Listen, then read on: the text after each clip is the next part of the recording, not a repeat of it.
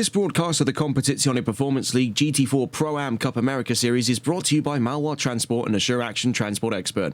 For oversized cargo and trucking logistics specialists of Quebec, visit www.malwa-transport.ca. And for an expert and professional trucking insurance firm specializing in property and casualty insurance solutions for freight across Quebec, Canada and the United States, visit www.transportexpert.com. Good evening, race fans. Welcome back to TRTM for tonight's coverage of Season 3, Round 5 of the Competizione Performance League GT4 Pro-Am Cup America Series. Live exclusively on TRTN and powered, of course, as mentioned before, by Malwa Transport and Assure Action Transport Expert. As always, I'm Regan Clark. You join us here in a sunny and bright Monterey County, California, right here at the Laguna Seca Raceway. Founded in 1957, comprised of 11 turns and 2.238 miles. That's about 3.6 kilometers of FIA Grade 2. The raw layout of this circuit first cropped up in somewhere in the ballpark of 1988, based off the bones of the 1957 circuit of the very same. At the start of this circuit's history, it's seen racing across a myriad of key American motorsports series, the IndyCar Series, IMSA Sports Car, Moto America, and as of currently then, the Monterey Motorsports Reunion, having been brought up since 1974. It also saw racing from the Intercontinental GT Challenge, the Trans Am Series, GT World Challenge America, and for a time it was also the home of the Motorcycle Grand Prix of the United States from 1988 to 2013. What this track gives us that the other American circuits fail to in greater regard is verticality by the bucketful. The run up through turn 5 into turn 6, cresting round over the Rahal straight into the drop at the corkscrew is going to be a real roller coaster for the drivers to go up against today. Taking a look then on board at the moment with Vincent Simard, let's get ourselves acquainted with how the last couple of weeks have fared over the course of Season 3. Oh my goodness, right off the bat, trouble for Chevrolet into the wall. Get a look at that one. I wasn't expecting to get into the theatrics of it so soon, but have a glance on here. This is with Vincent Simard. That number 120 heading up through turn 4 as it stood. Up over the sausage curb, 2 wheels, door, roof in the wall. What a brutal start then to free practice for the 120. He's back out down through the Andretti hairpin. So, back on the subject of the last couple of weeks, well, we saw some brand new race winners this season. The first Mercedes to have gotten a race win outright in round 4 at Silverstone. George Todd won in the Pro category with Brandon Carr taking his first AM victory of the season. That makes 2 back-to-back new AM category winners, once again extending the win drought off of the current AM leader, Andrew Veldkamp. Otherwise, it was another win for Christian LeBay the week before round 4, that being round 3 of the championship. So right now, even LeBay finds himself facing, in dry conditions like this, a drought for race wins. We'll see, though, if he can pick up back on the mantle here in round 5 of the championship. In terms of where that puts us in the current scope of things for the championship standings, having a glance in then with the pro standings to kick things off. Christian LeBay in the lead with 144 points. In second place in second set, there were 110 points for Byron Forrest. Kind of lost my train of thoughts for a second there. David Tanguay in third with wishful winnings in fourth. Timo de Tosto to the back of the top 5 with 92 points. And get this, very poignant claim here as he shows up as DSQ. So he may have very well left the championship. We'll hope to get more information on that in the coming weeks. George Todd, after his maiden win, now 6th in the championship, ahead of a joint 7th between Vincent Simard on your screens at the moment and Dylan Vekere with 72 points apiece. Then in 9th place, Kevin Quain with 70 points. Vinicius Goyce rounds out the top 10 in the Pro Championship standings. Getting a glance into the AMs then, Veldkamp in the lead, up and ahead of Carr in second place. Then out to the back of now what is the podium places by a single point is the Jackal in third place, a single point behind Brandon Carr. Behind them, Didier Potvin in 4th place with Cal Ford in 5th place with 99 points. We see there behind him Stephen Black in 6th, a joint 7th place behind Black at this time, as we very nearly see again a repeat issue there for that 120 down at turn 4. Very pesky corner at the moment for Simard. A joint 7th between Ruben Pereira and Eric Granados with 64 points apiece. Behind them then is Brad Peacock in 9th place. Christophe Dupois rounds out the top 10 for the AM Championship standings. Getting a look into the session for today then, we're on to the double sprint regulations here at round 5 of the championship. That's 2 30-minute races running back to back, the same event structure as before. 20 minutes we're in the midst of in free practice, then 20 minutes of qualifying, and then of course those 2 back-to-back 30-minute races is really going to put some heavy pressure in this qualifying session. Of course, the same staggered qualifying that's been introduced from round 2 onwards of this this season. First 10 minutes for the AM drivers, last 10 minutes for the pros. And get this, no mandatory pit stops coming up for these two races to follow. So it's going to be all hands on deck then for possible high points gains here in both categories. And especially trailing away from action in Silverstone with that win by both Todd and by that of Carr. This is going to be very interesting across both championships here as we head in to what has been a very historic landmark circuit here for this series. Now, keen-eyed viewers will remember the very first round of the Competizione Performance League GT4 Pro-Am Cup America Series was ran right here in Monterey County, California, at the Laguna Seca circuit, and that was won by the 119 of Christian LeBay, now a two-time champion in this series, gunning for a possible hat-trick up in that pro category. We'll catch on with him over the course of the session at large. About 13.5 minutes left to go then in free practice. Getting a look then with the timing charts here for today. LeBay currently tops the timing charts ahead of Tanguay for what is now a Chevy 1-2-3-4-5, a dreaded formation in this series. And we see then with Tanguay second, Forrest third, and Bourne in fourth place. Cal Ford makes the fastest of the AM cars for the time being, up and ahead of Team BPR's Brad Peacock with Aston Martin. Adam Jeffrey in seventh, up and ahead of Richard Cecil in eighth. Kevin Quain in ninth, and Didier Potvin rounds out that top 10. Now, taking a look at the top three fastest times there, we've just seen a brand new one in there for Moby Phillips with Aston Martin, the 007, now third fastest, tucked in away behind David Tanguay by 205 thousandths of a second. You can see quite a lot of support we're seeing there in the Twitch chat. I just had a glance down to have a gander at it. A lot of support then pouring out for that of Brandon Carr for this race. Of course, last round's AM category winner. We see at the moment the AAA is out on track, so may as well give the fans what they're asking for here, and that's the AAA, the star driver then of the AM category for this race. And we can see plenty of people in chat already egging him on for this run here in free practice. Across the line he goes to start his flying lap. That Aston Martin with definitely the weight of giants upon his shoulders for this round. Of course, reeling away from his maiden AM category win this season in Silverstone at Aston Martin's home race, only some 22 or so miles from the factory where that Vantage was built up in Gaydon, Warwickshire. And Aston Martin really do seem to be on somewhat of a hot streak, courtesy of Moby Phillips as well in the pro category, having just been squeezed down there to the scope of fourth, courtesy of a second fastest time there by Clinton Bourne. The Australian talent in the number 6 with MCR, looking to put the heat then onto Malwar Racing.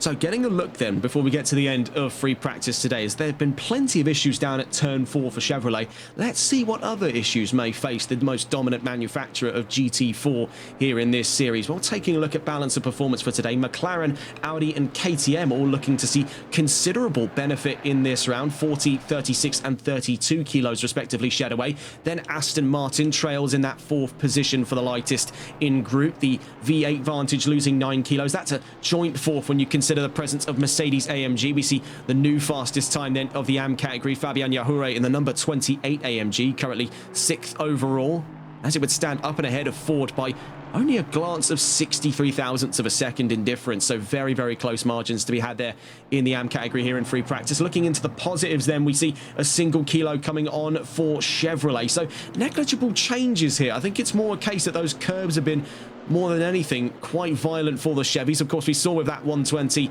out through turn 4, very nearly did it 2 times on the trot. So quite remarkable that such a thing could happen. Definitely keep an eye in towards turn 4 on this track when we get into racing today. 2 opportunities to see some real calamity over the course of the double header of races here in Monterey. Looking further in through the balance of performance listings then, Porsche with 12 kilos on, BMW with 17, but it's Alpine to really be on the short end of the stick. We see here with the solitary Alpine of the championship, number 41. Anthony Valorio up through turn 5. Now, he contacted us not long before the race started to inform us of this brand new livery of his. Now, this is what he told us. This is supposed to be a sort of a homage, I guess is the best word for it, for Lightning McQueen from the 2006 Disney Pixar film Cars. Of course, all of us, well, I'd say all of us, most of us definitely grew up watching that film. Fantastic film. And actually plays unintentionally into some of the parallels of the original film's plot. Of course, McQueen was trying to get back to California for his sort of title-deciding race. Albeit that was supposed to be in Los Angeles, and this, we find ourselves right now, is a bit stranded away in Monterey, a little bit north of the Los Angeles area. Nonetheless, though, what a circuit to be at here at Laguna Seca, and a brilliant homage then for the number 41. Of course, he's going to be dealing with quite a fair deal of issues then when it comes to the BOP listings today, and he sort of told us, tongue-in-cheek joke there, that in spite of the livery, he is in fact not speed for today. Out through turn 2, you can see some of that weight working against the Alpine here. Now, of course, a lot of teething issues to be expected across the board on the run in through free practice today. Now, having a glance at it, so you see Bourne still second fastest, Tanguay still third fastest, Phillips still fourth fastest. About 8.5 minutes left to go. We've just seen there an advance to 8th by Kevin Quain, the 607 Mercedes. We're set to be seeing some kind of advantage in 9 kilos, just like the Aston of Phillips.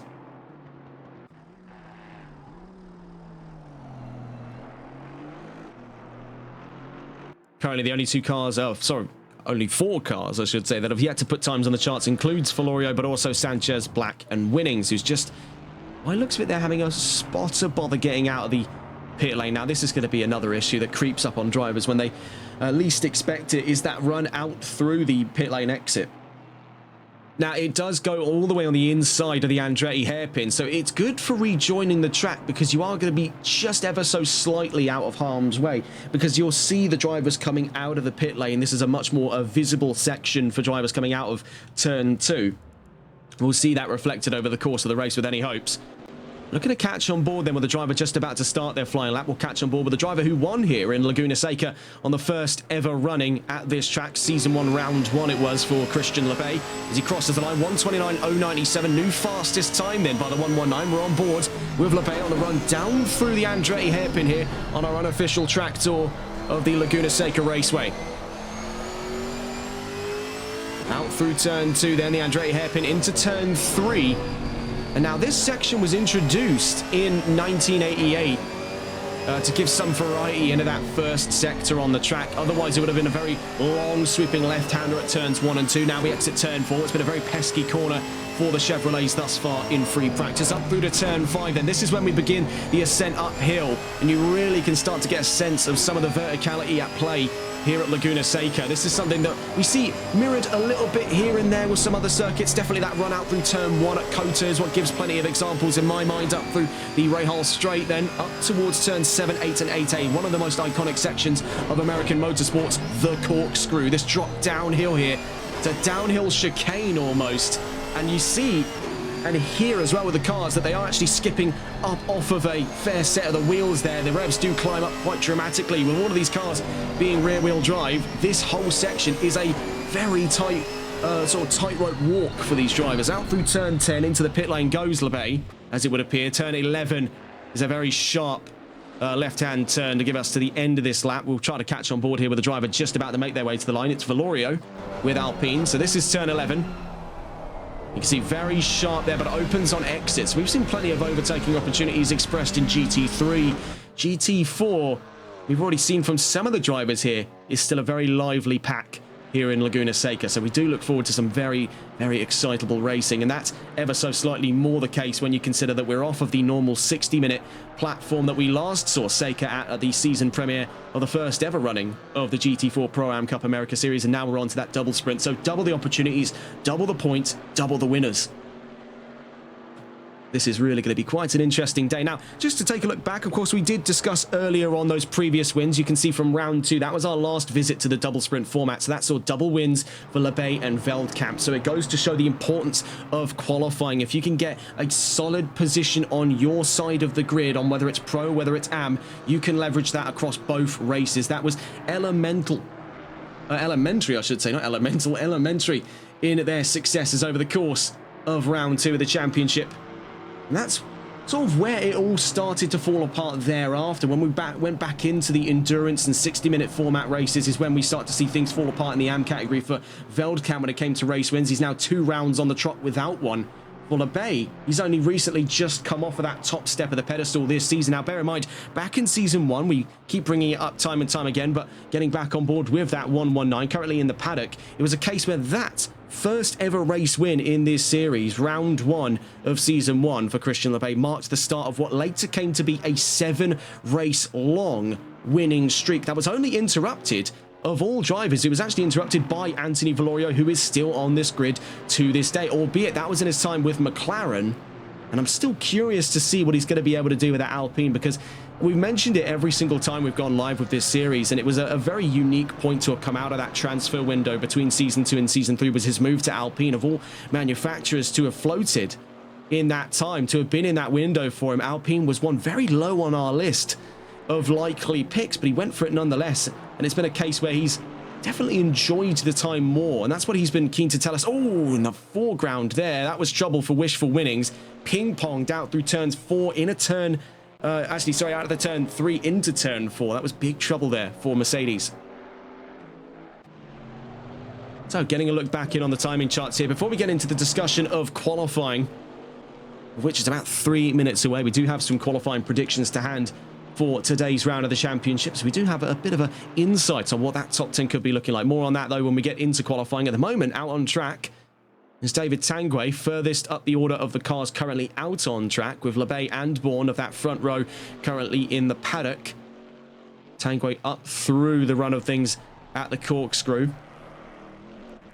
Catching back in with the drivers down in the AM category. Fabian Yahure's in the pit lane, but Cal Ford is not. And the gap between the two at the moment resembles that of 63 thousandths of a second in difference between the pair. So very close margins still exist at the forefront of the AM category. Across the line goes Cal Ford. Sadly, not to what look to have been an improvement there.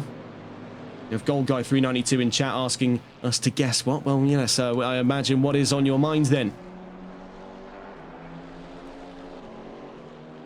It wouldn't happen to be, by any chance, more support for Brandon Carr, since that's already been plenty on your mind at the moment.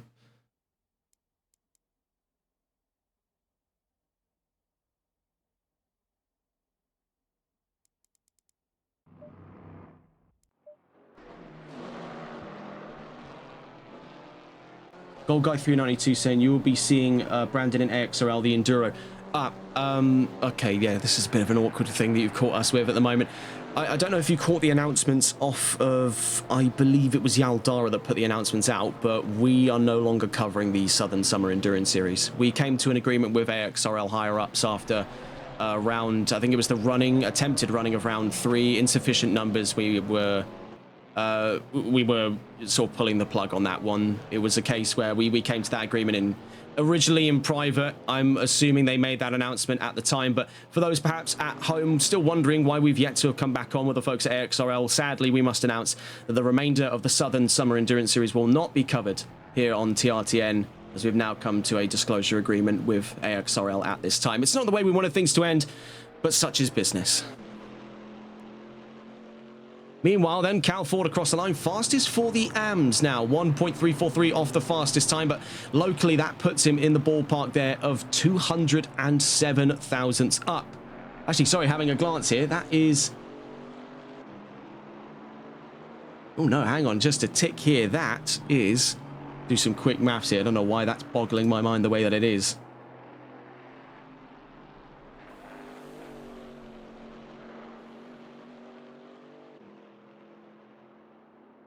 It's about 197 thousandths, roughly, thereabouts. So still quite close, I'd have it there, between Ford and Yahure at the forefront of the AMs. We see things are starting to wind down here inside of the top 5 for the pros. We still have a few drivers lapping the track here. Chevrolet 1, 2, 3, 4, of course, not looking to disappoint in front of the home crowd here. And taking a look on that calendar, just before we get into the scope of things, we are officially then on for the first, and by looks of it, they're currently only American race of the Pro-Am Cup America Series. So definitely looking to impress here is Chevrolet. They're going to have quite a fair deal of trouble then from Moby Phillips with Aston Martin, having recently just gone there to 4th fastest at the end of free practice. It's going to look very hopeful here for that 007 going toe-to-toe with Chevrolet on their home turf. Now, you know, it's a bit more of a figurative sense. We are quite a fair deal's distance away from Lansing, Michigan, where these Camaros have been built. But, you know, when you take the geographic position, I'm sure that's close enough. well, less on the semantics of geography, more on to the upcoming qualifying session as we wait for a few more drivers to make their way to the line. Just a reminder of what's coming up around the corner. 20 minutes of qualifying to follow here in Laguna Seca. And that's a staggered quali session. First 10 minutes over to the AMs, last 10 minutes over to the pros. And that's going to set the scene for both grids of race 1 and race 2. We'll wait to see then as we get into the talks of that qualifying session at hand. 20 minutes of qualifying. So, of course, first 10 minutes over to the AMs. We'll wait to see movement among the paddock then. We do get to see some movement there. And that is, I believe, yes, that's the 616. Andrew Veldkamp. Following him is Casey Miles. We saw movement in the background there from Karina Stinson. LeBay getting a bit of a move there on. I think he's just queuing up. He does realise that 10 minutes is going to make his tyres a fair deal colder than they ought to be. We see Christophe Dupois on exit. On board, though, with Veldkamp.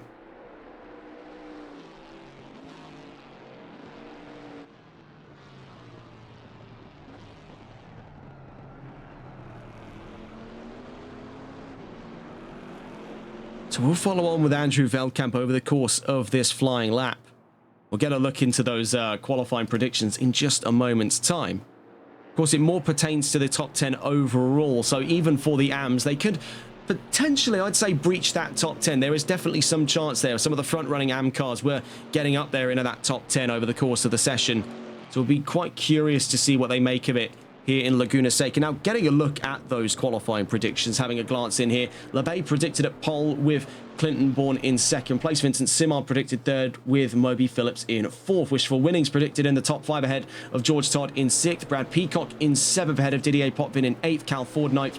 And Richard Cecil in the top 10 there. 10th place with Porsche, 131.247. Now, in terms of close gaps, there are a few there to discuss. Third from fourth, Simard v Phillips in the ballpark there, having a glance of some 15 thousandths of a second. Super close margins to be had there. A little less so, but still close nonetheless, as the talks between 8th and 9th, 62 thousandths to the dot there between Potvin and Ford for 8th place on the qualifying predictions for today. We're on board, though, with Veldkamp for the first flying lap here in qualifying. Former Mercedes driver now turned heel to Chevrolet for this season. It's going to be curious then to see what he makes of today. Of course, 2 weeks now on the run without a race win in the AMs. Has missed out to both Ford and Car in the last 2 weeks. Looking to return glory then to the 616 here in the AM category. We'll see what he can do though today.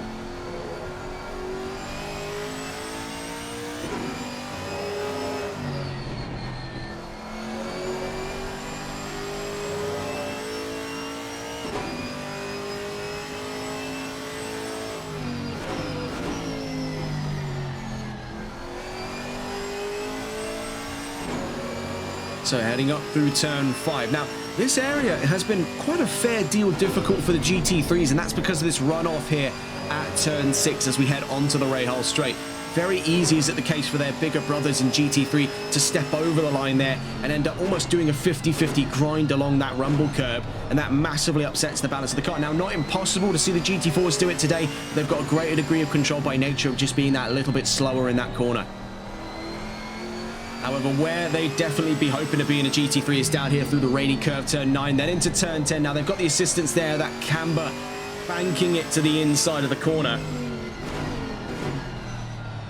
But out through that rainy curve, it is killer on those tyres. And in hot conditions here in Monterey, things are not going to be peachy on those Pirellis. Down to the line then goes Veldkamp, the first flying lap of today, 132.475. Then from behind him across the line a moment ago went Casey Miles, 486 thousandths off from his fellow Chevrolet at the forefront of the AM field. Then to the line comes the 800.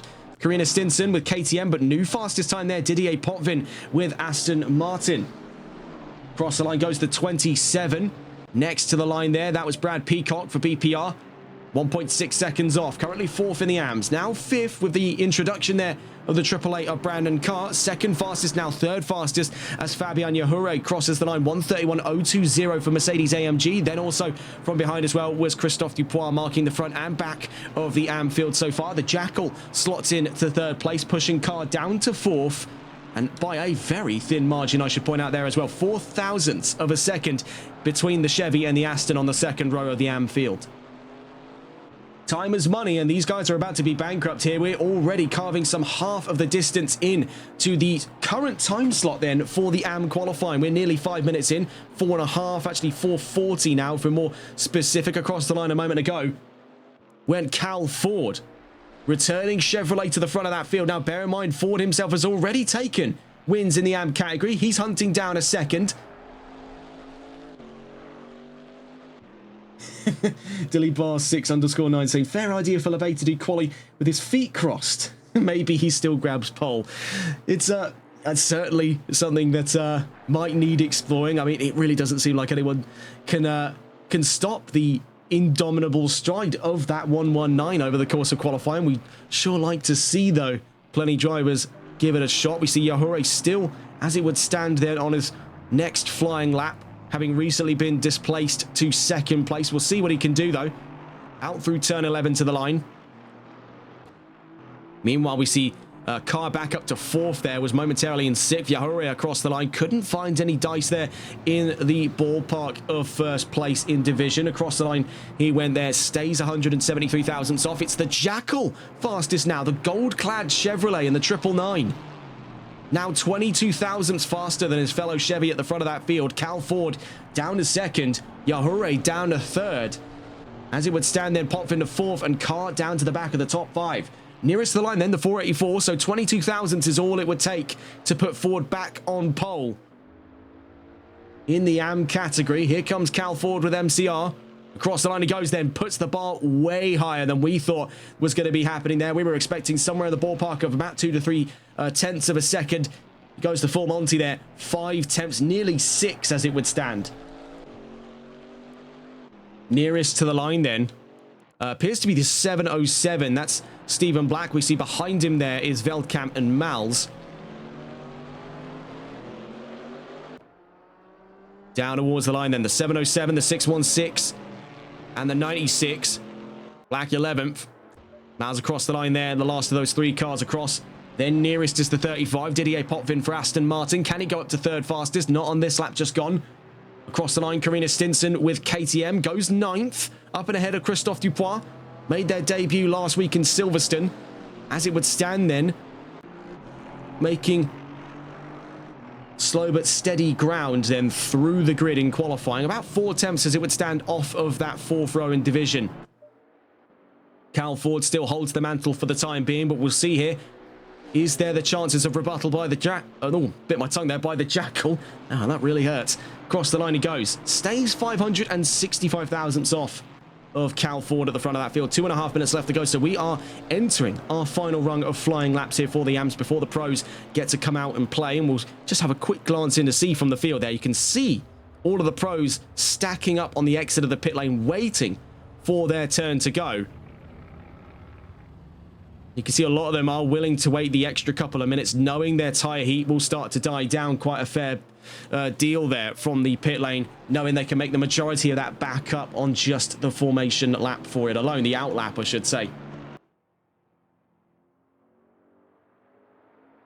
Casey Mals down through to turn 11. Spent last season, if I'm not mistaken, with Mercedes AMG, so it's curious then to see, like Andrew Veldkamp, having made that move over towards Chevrolet. Cross the line then, Mals stays 7th. So in the background there, Veldkamp went out wide, so we'll catch on with Potvin across the line from 4th, stays 4th onto his last flying lap, number 800. So Stinson was up to 9th in the last lap, just gone across the line. She goes now and stays in 9th place. It's still a very bizarre little motor to see on that grid, that KTM. A very rare sight indeed, all but running out wide there. That looks to be the end of Stinson's qualifying endeavours. Beyond the point of no return, the 800 likely then to come back into the paddock. Heading down to the line is the Jackal. Number 39 having crossed the line a moment ago. That was Dupois to 10th. Jackal across the line. And again, no improvement there for that 999. Stays 565 thousandths off of Ford. Nearest then to the line, Casey Mals. Albeit currently on the exit of turn 5. He's into the gravel, though, on the Rahal straight. Same area we pointed out was some great concern for the GT3s, now biting one of the GT4s on the backside here in quali, right in the trailing end of things. We're about 40 seconds out from the release of the Pro Series cars into the field here. watching on board with Malwar Racing's Andrew Veldkamp. Right on his trails there, Didier Potvin. Speaking of Christophe Dupois, he is also out on track down through turn 5 as it would stand. Very nearly caught out by the same troubles there for Mals. Looking back on board though with Potvin and Veldkamp. Down through then, 10 seconds left to go before the pros come out, and he's just beaten the bell there to start one more lap, and he's already up to 4th. Then from behind him, Potvin can't retake that 4th place. Looking in though, as we see with the pros, they're released onto the field. Now we're past the 10-minute mark. We see they're leading that charge as the 119. Man who won the first ever running here at Laguna Seca in this series. Christian Lebay down through the pit exit behind him then. You can see one of his fellow Chevrolets, I believe, having a glance in there. Is that, yes, the number 30. That's David Tanguay. Right behind him, Wishful Winnings in the number 233. 999 across the line a moment ago, and we'll see. Was there an improvement to have been found for the Jackal? Sadly, not on this day. He'll start Division 2nd in the AMS. Nonetheless, a great qualifying session there to kick things off here in Monterey at the Laguna Seca Raceway. Cal 4's on AM Division pole. The Jackal in 2nd, Fabian Yahure in 3rd, Veldkamp 4th, Potvin 5th. They both beat the bell there by seconds, but we see though, into the wall goes Veldkamp. Big slam there. That nearly collects Potvin, but ultimately upsets his balance for setting an improvement on his flying lap. Further down the line then, Carr 6th, Peacock 7th, Miles 8th, Stinson 9th, Dupois in 10th, and Black in 11th. Going to catch on board then with the leading cars of the Pro Charge then. Going on board with the 119, if we can go and catch, and we just saw there from the number 41. That was Anthony Valorio somewhere in the middle of that field, actually towards the trailing end here. We see with Lebay back on board then. Behind him, as it would appear, is the 30 of David Tanguay, and then Wishful Winnings to make those first 3 cars from the Pro category.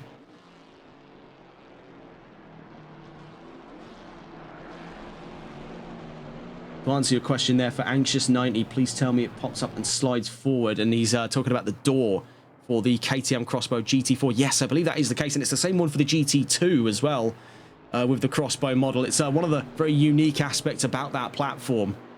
One of the very bizarre design cues that were brought forth in their cross collaboration with Writer Engineering was the introduction of this almost canopy styled cockpit cover that would come up and away like a fighter jet would typically do.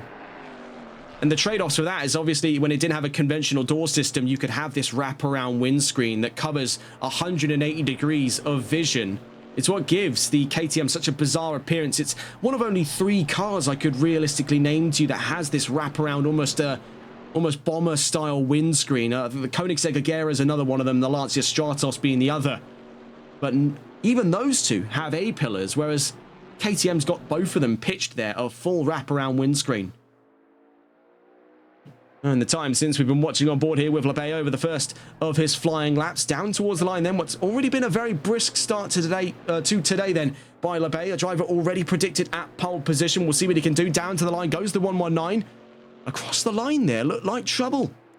Not a valid time in for him. The number 30 will cross the line then. David Tanguay goes momentarily fastest. Winnings now fastest with Mercedes AMG. The 120 from behind. Vincent Simard now fastest with Chevrolet by 33 thousandths. George Todd, who won last week in Silverstone, now 3rd fastest. Mercedes 2 and 3 at the start of qualifying today. Richard Cecil finds himself swamped in amongst the pack of AM cars. They're currently what was 11th, now down to 12th. Adam Jeffrey in 7th. And then we see Byron Forrest to 4th. David Tanguay now forced down to 6th. As Clinton Bourne now goes fastest by 52 thousandths of a second. Moby Phillips now 5th fastest, up by a single hundredth ahead of George Todd. Number 91 across the line a moment ago. Ivan Sanchez goes ahead of Richard Cecil. Those two separate by just under 0.2 of a second. So a bit of a precarious start then for Lebay. He's one of 2 drivers in the pros that have yet to put times in as we near the halfway mark of the pro slot of qualifying. That's 3/4 of the way through the overall qualifying session here in Season 3, Round 5. Down through turn 10, in towards turn 11.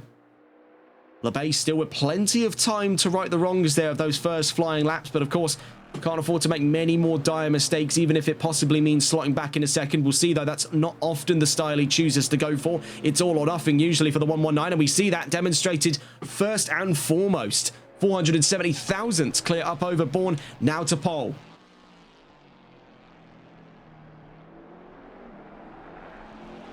We see then cars already piling in, but LeBay's times went in vain as it's Simard fastest by 153 thousandths, the 120 ahead of the 119.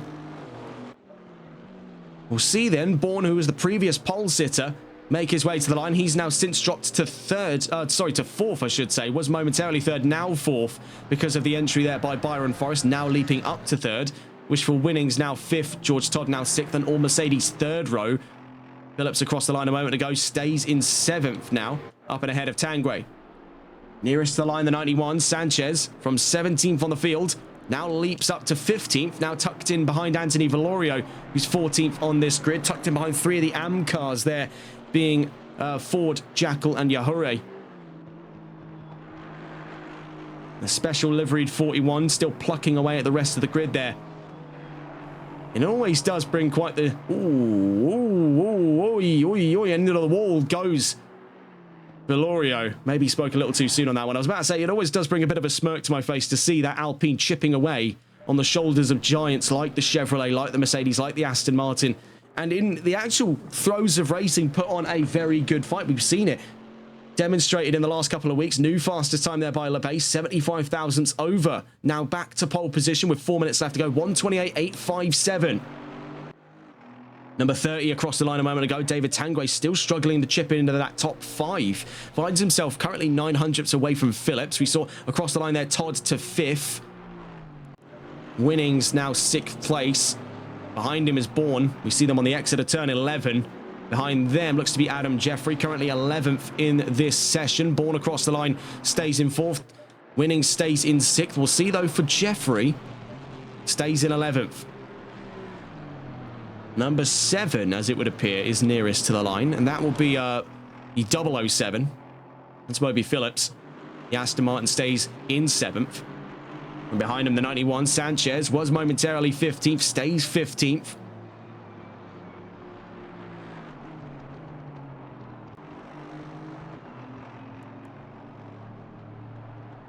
Nearest to the line then, the number 30, down through the corkscrew we go then with David Tanguay.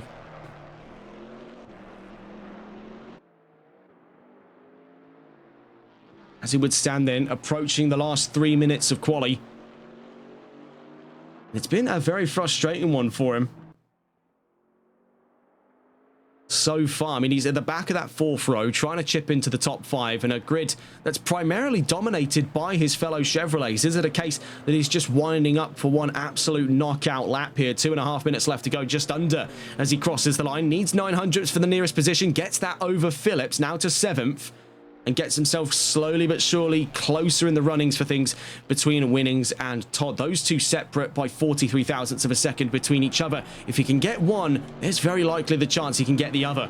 Speaking of, we see here with Wishful Winnings as the 824 crosses the line. Byron Forrest stays in third, up and ahead of Clinton Bourne, who in turn stays in fourth place. We saw him just up and ahead there of Wishful Winnings, who in turn stays in sixth. Quain recently then to 9th. We'll see for Phillips. Can he return to 7th? Across the line he goes. Not on this lap. But he is entering his final sort of rung of flying laps. If he's very quick on this one, he could possibly squeak another one in here by the end of this session. But it would be down to the sort of seconds to the line here between himself and the timing charts for today. The 119 back across the line, so starting another wad of flying laps as things have started to get a very fair deal claustrophobic at the front of that field. 75 thousandths. This is not normally the margins that LeBay prefers to lead the session by. He likes things in a nice round number, usually tenths of a second over hundredths.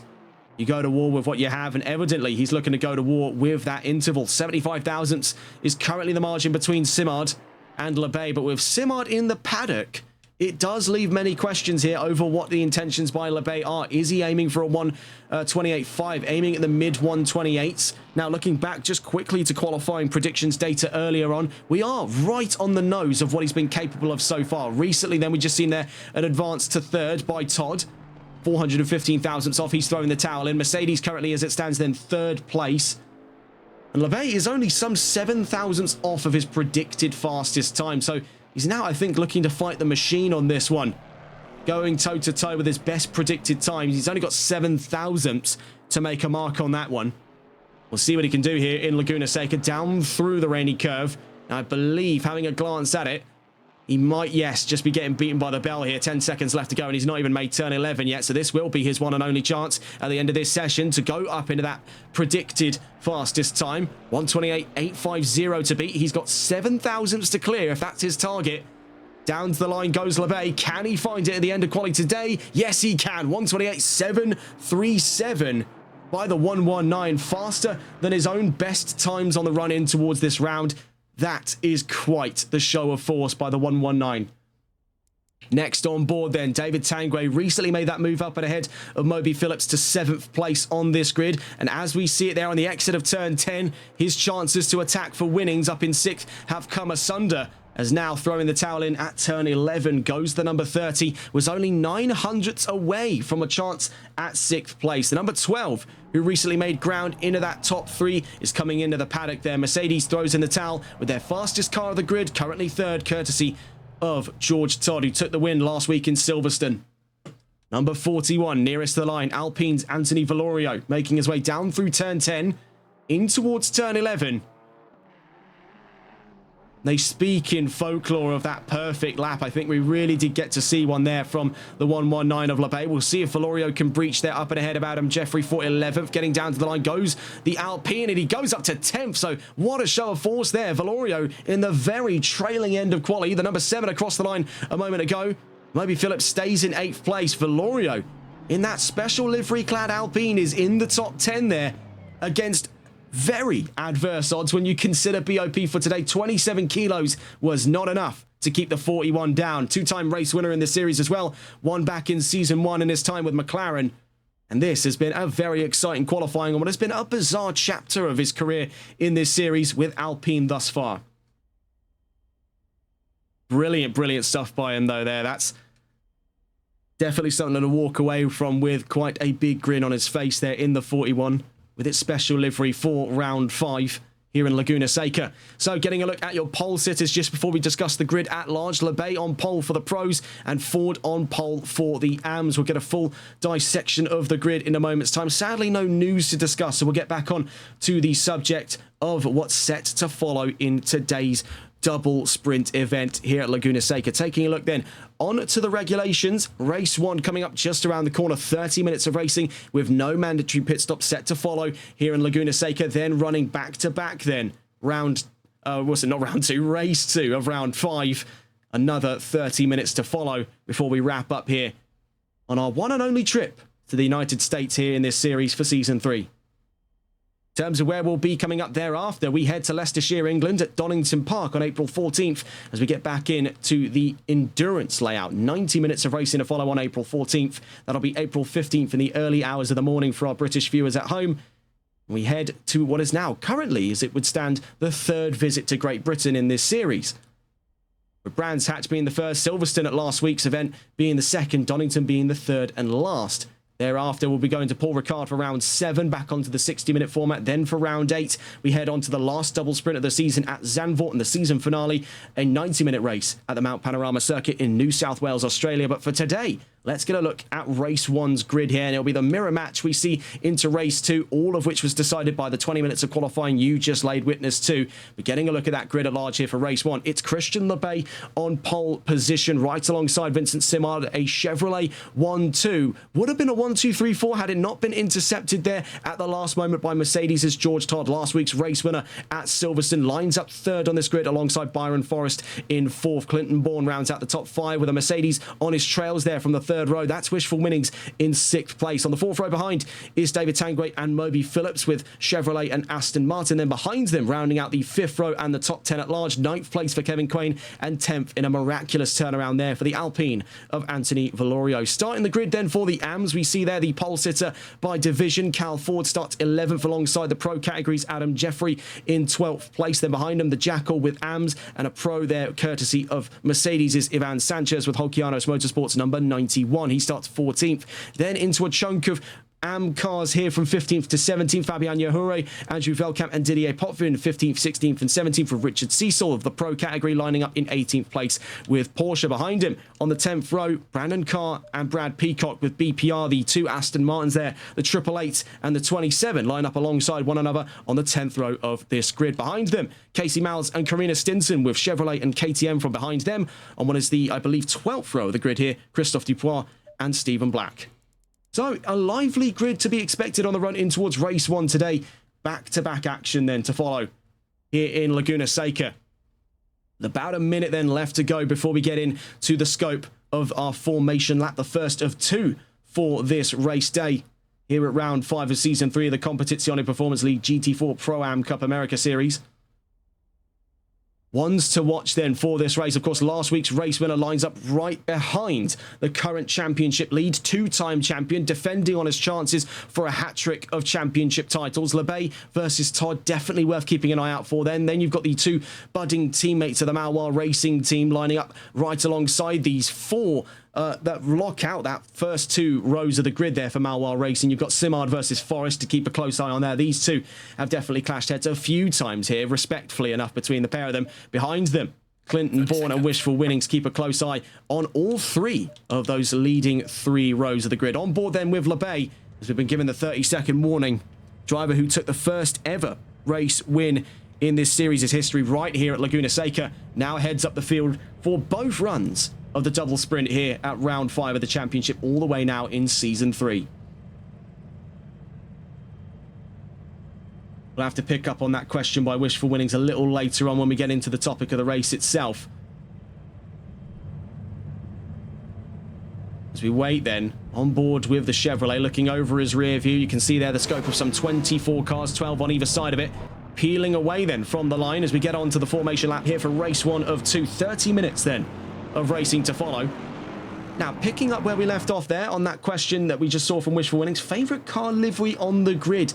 Well, it's hard to say that I'm not already taken aback by the myriad of combinations from the Maloir Racing team. I am a sucker for a good red, I mean, evidenced by the whole theming of TRTN, but having a glance in with some of those other liveries as well. I'm liking some of these vivid pinks we're seeing here from both Miles and Stinson. I'm a big fan of that one. I think still among my favourites, I've spoke quite extensively on it, is that one there, the 007 Moby Phillips. 1959 British Racing Green. That is an official colour you can spec a Vantage out to on the Aston Martin website. So he's done his homework on that one. With that being said, quite a big fan of these vivid turquoises and greens we're seeing out through the BPR Aston Martin. This is Brad Peacock. Up in front of him, his teammate Brandon Carr.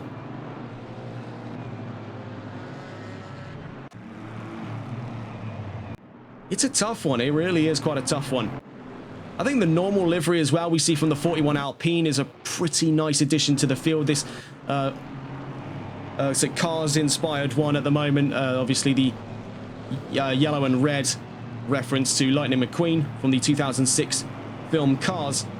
Quite a nice looking one.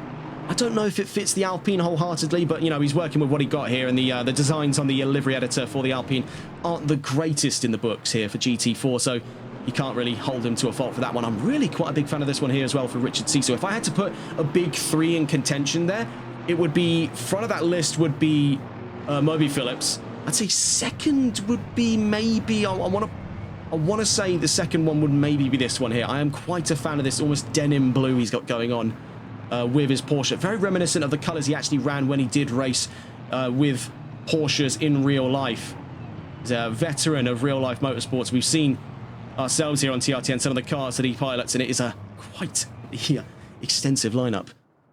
In terms of that third place spot, I'd say that's anyone's game. Quite a big fan of these colours here, the golf colours almost from Wishful Winnings' car. we'll pick that conversation up towards the end of the season when we've got a bit more of a clear head about this all. Getting back on board then with the leading car, the 119 of Christian Lebay, as we're about to get into race 1 of 2 here for Season 3, Round 5 of the Competizione Performance League GT4 Pro-Am Cup America Series, powered by Malwa Transport and Assure Action Transport Expert, and live exclusively on TRTN. Without further ado, 30 minutes against the line here. Race 1 of 2 for round 5 is underway here in Monterey. We're away and racing, and a brilliant start by George Todd right up to the rear quarters now of Lebay as we go barreling out through turn 1 into turn 2 at the Andretti hairpin. Right alongside him, the 120 trying to give challenge very early doors here in the charge down through the Andretti hairpin. Great start by the 119. The 120 falls down a peg there behind George Todd, who now looks to take up the scope of not only second, but also his chances of the race lead. Yellow flags out towards the back of the field. The 824 Byron Forrest was collected there in an opening lap incident down through Andretti. He's the first of the victims there of the turn 2 curse here at Laguna Seca. We see he's come out of that one relatively speaking unscathed. Doesn't look to be a great deal of damage on the 824, but he is not going to be pleased as far as things go as we're back into green flag conditions. Getting a look back up through the rest of the field here as we do start to see the forming of some serious action here towards the back of the top 10. We take a look in here. Adam Jeffrey and Fabian Yahure up and against Anthony Valorio, Richard Cecil right behind him as well. We see the battle of the featherweights here. Porsche versus Alpine. Behind the Mercedes and Aston Martin down through to the corkscrew for the first time. We see Adam Jeffrey up and ahead of Fabian Yahure. Side by side between Cecil and Valorio. This is a brilliant sight to see here between the Porsche and the Alpine. It's the Porsche though to the inside. Richard Cecil, a man on a mission here in Laguna Seca. A brilliant start for that number 5. We see as well in the scope of things up at the front of the AM field, it's Cal Ford versus the Jackal, a war amongst the Chevrolets. And we see here Fabian Yahure trying to scramble out past Adam Jeffrey to get back up with the rest of the AM field. Getting a look over the front of the Pro field. George Todd now drops 6/10 down to second as it would stand. He's come up from third to second though, so it's worth taking that into consideration. Leveraged a very good starting line in this race to keep himself with Christian Lebay down through the Andretti hairpin for the first time. We see bleeding towards the back of the top 5 here for fighting Tanguay versus Winnings. It's worth pointing out as well, David Tanguay had a formidable start to this race here. Was struggling to make ground inside of that top 5 throughout qualifying, and now we see he's got solid ground of it right in the first couple of laps of race 1 of 2. Winnings tucked to behind, Phillips 6th, Quain 7th, Bourne right on his trails there for 8th place. 2 of the MCR Chevrolets. You can see that we actually got mixed up not long ago in Brands Hatch. Clinton Bourne and Cal Ford. Jackal still on his trails there from 10th place. In the current standing of the field, some of the closest battles we're seeing here might be Phillips looking to get up and around by looks of it there on David Tanguay as we enter the corkscrew. The Aston's up and ahead of the Chevy down through turn 8 we go. Brilliant move then by Phillips. Better exit out through turn 5 up round turn 6. And along the Rahal straight is where he got the advantage up over the number 30. Now into 5th place for Aston Martin. And that very stiffly held on to lead of things by Chevrolet, having the most amount of cars in that top 5, has quickly fallen apart with this blitzkrieg campaign by Mercedes up for 2nd and 4th, and Aston Martin pitching in to deliver a 5th place spot. We see here super close fighting for 3rd place between Simard and Winning. So we had a brief glance in to get a check-in between Todd and Lebay. That it looks to be the proceedings to a close fight for the lead. We see here though for the 233 up and along the inside at the Andretti hairpin, now to the outside of turn 3 alongside the 120 as Simard holds his ground from the inside. Now this is a section that 120 ran into routine troubles in over the course of free practice. Don't step too close to that inside line, it will catch you, and as it turns out it's not the inside line he ought to worry about. Taking a step onto the gravel, the Mercedes and the Aston Martin now get a chance on him on the run up towards turn 5. Maybe Phillips muscled there back behind the number 30. Not the number 30, sorry, my mistake, the number 120. Number 30 is right behind him. Worth pointing that one out. See here, Winnings now forming a considerable gap ahead of the 120. Vincent Simard under siege here by Mercedes and Aston Martin inside of that top 5. You can see the leading pair just escaping our sights on the run down through the corkscrew for the second time of this race now. Trouble for Simard then. Getting a look back at the AM field. Ford still leads ahead of Jackal. Yahure still 3rd in division. It's a big compression though out through the rainy curves for the number 28. And he drops considerable ground there. Richard Cecil now up to 12th. Anthony Valorio skating on through to put himself side by side with the Mercedes. Down through to turn 11 we go. Now up and ahead. Yahure with some connection troubles there on the exit of turn 11. Now faces down against his fellow Mercedes. The 91 of Holkianos Motorsports is Ivan Sanchez. Brilliant start to fighting though here as we see even more troubles confounded in the fight now between Phillips and Simard. The same area that Winnings was able to get the leg up over the 120 is a very similar area of concern for the 120 now in his fight against the 007. On the inside at turn 4, this could get hairy between the pair as he really wants more room on the inside, as that was again where he nearly found himself a victim of that 007. We see now squeaking his way back into this fight is the 30, David Tanguay, sneaking up on the inside here alongside Moby Phillips with Aston. Right behind him is Kevin Quain and Clinton Bourne. So getting a look on board with some of these drivers here. We just briefly glance in with the leader of this race, but I want to get a look on board with the Chevrolets caught up in the midst of this fight, number 6 and number 607. This is Clinton Bourne and Kevin Quain. Right in front of them there, the 007. That's the Aston Martin of Moby Phillips. On the exit of turn 8, bit of a wobble there for the Aston, so the 607 is going to try his luck around the outside of the Rainy. Can't find ground. So well, it's been a brilliant start to racing here, albeit with a few hiccups here and there. And that's certainly one way of putting it if you're in the case of the 824 that was caught up in that opening incident for this race down at Andretti. We're on board though with Bourne, and this is looking at gauge up into a very interesting fight here for 7th place. Now, definitely more positions up in front of him, up for grabs, but his first hurdle to clear is a considerably difficult one at that. The 607 of Kevin Quain, a veteran of this grid. We've already seen some brilliant elbows out defense by the Mercedes down through the corkscrew, held his ground up and against the advancing number 6. There's a real ebb and flow to be found there between the 120 just up in 4th place. Then Tanguay, Phillips, Quain, Bourne and Ford not too far behind. You can see there the fellow MCR Chevrolet now playing off of his teammate up in the pro category. We see up in front there side-by-side action between the 120 and the 30 as swapping places goes Tanguay and Simard up towards turn 6. Nearly overbaking it there through turn 6 onto the Rahal straight. He's still got the run of things. Clinton Bourne now looking to go around the outside here on Kevin Quain. Trying to get as late as he can onto the brakes, forcing a mistake there from the 607 as he bumps the 009. He in turn is bumped, by looks of it, by his own teammate. Am I to believe what I've just seen there? Cal Ford and Clinton Bourne have collided at the hairpin. Getting a look on that replay there, just to sort of clear the smoke from our eyes. Yes, mine eyes do not deceive. It was Ford. Closest on telemetry. The data doesn't lie, and that's not looking grand for MCI. I don't think they were expecting something like that to have happened. A very rare sight in motorsports. One often that doesn't go unspoken for the rest of the season. That's going to be a curious case for Team MCR.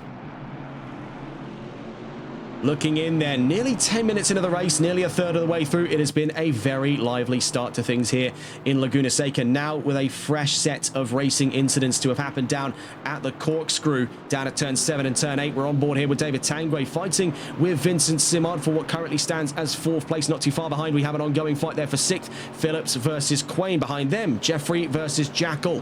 Newfound lead then for the Jackal in the AM category. Could very well come on to be his first by the end of today. The 484 not too far away as it would stand then. At 2.7 seconds from Jeffrey. As it would stand there, Adam Jeffrey is looking to advance up and ahead of the Jackal. The Jackal runs out wide at turn 6. That could allow for easy ground here by the 42. Ooh, bit of a lag spike there. Not entirely clear what's going on. You see, though, in and amongst that lag spike, Adam Jeffrey's up past the Jackal, now leaving no ground left between the 999 and the 484. You see here with Tanguay v Simard. Behind them, Phillips v Quain. So 2 fights playing in parallel here from the back of the top 5 just towards the 6th and 7th places on track. And we'll quickly leave you on board here with the fighting among the field. We do see here Bourne versus Cecil, another one in consideration, but I want to catch on board with the fight among the teammates of the Maloir Racing team here for the highest position on the grid right now. 4th place up for grabs. here between David Tanguay and Vincent Simard. We'll just be back in a moment's time here.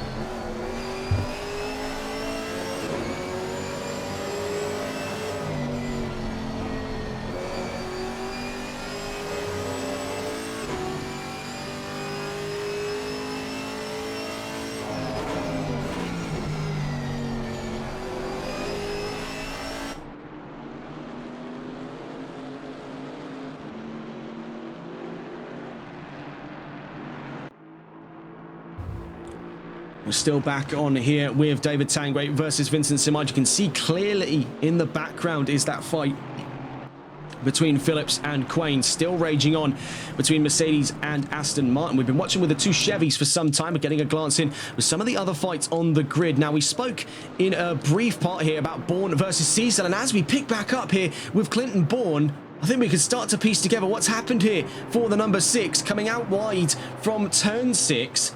Hooked in very hard here on the Rahal, down through to the wall. Big trouble for him.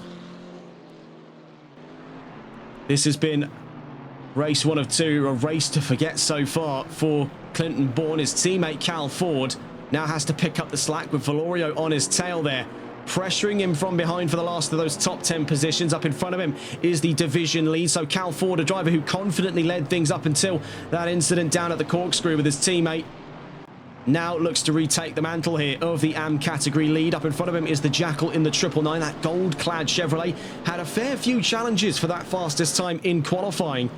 Now we see him lead to the race amidst that incident from earlier on. We'll see these two Chevys spill over into a fight for division lead not long from now.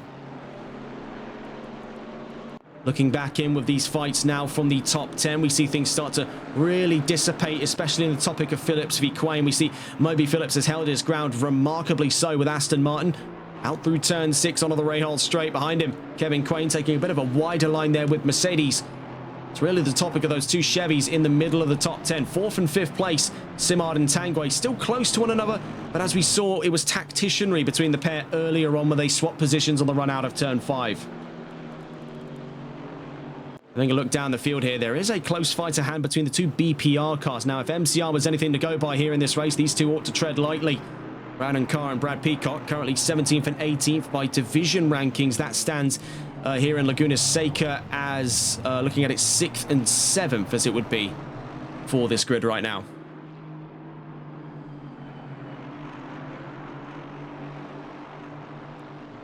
And I believe we did have a DNF, if I'm not mistaken. Yes, we do, because we're down to 23 cars in this race. There has been some trouble earlier on.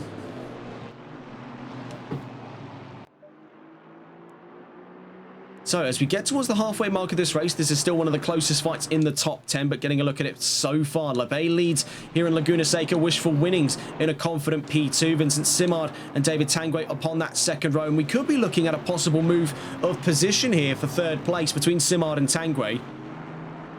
Now, I believe, having a look in, we do just see there a move by Cecil over Forrest.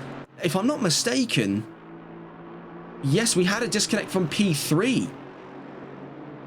Who would that have been? Would that have been? Oh no, it would have been George Todd, wouldn't it? Oh no, that's horrible. That's horrible news. The number 12, who had such a valiant charge of things, we've just got wind of it there, has disconnected. Not by his own volition, of course, but has suffered a disconnect upon this grid. What has been a prevalent issue for that number 12. He got his lucky break in Silverstone, but not on race 1 of 2 today. That could also put quite a wrench in his plans if he's to rejoin by the end of this round, because it means that his qualifying results will not carry, meaning he'll have to start from the back. That's not race control's decision. That's just the code of the game at play, as it only archives by local memory. It doesn't give a sort of continuous join back and there's your time kind of memory. That's horrible news. That, frankly, yes, that is horrible news to hear of the number 12 there. Not the greatest week so far then for George Todd.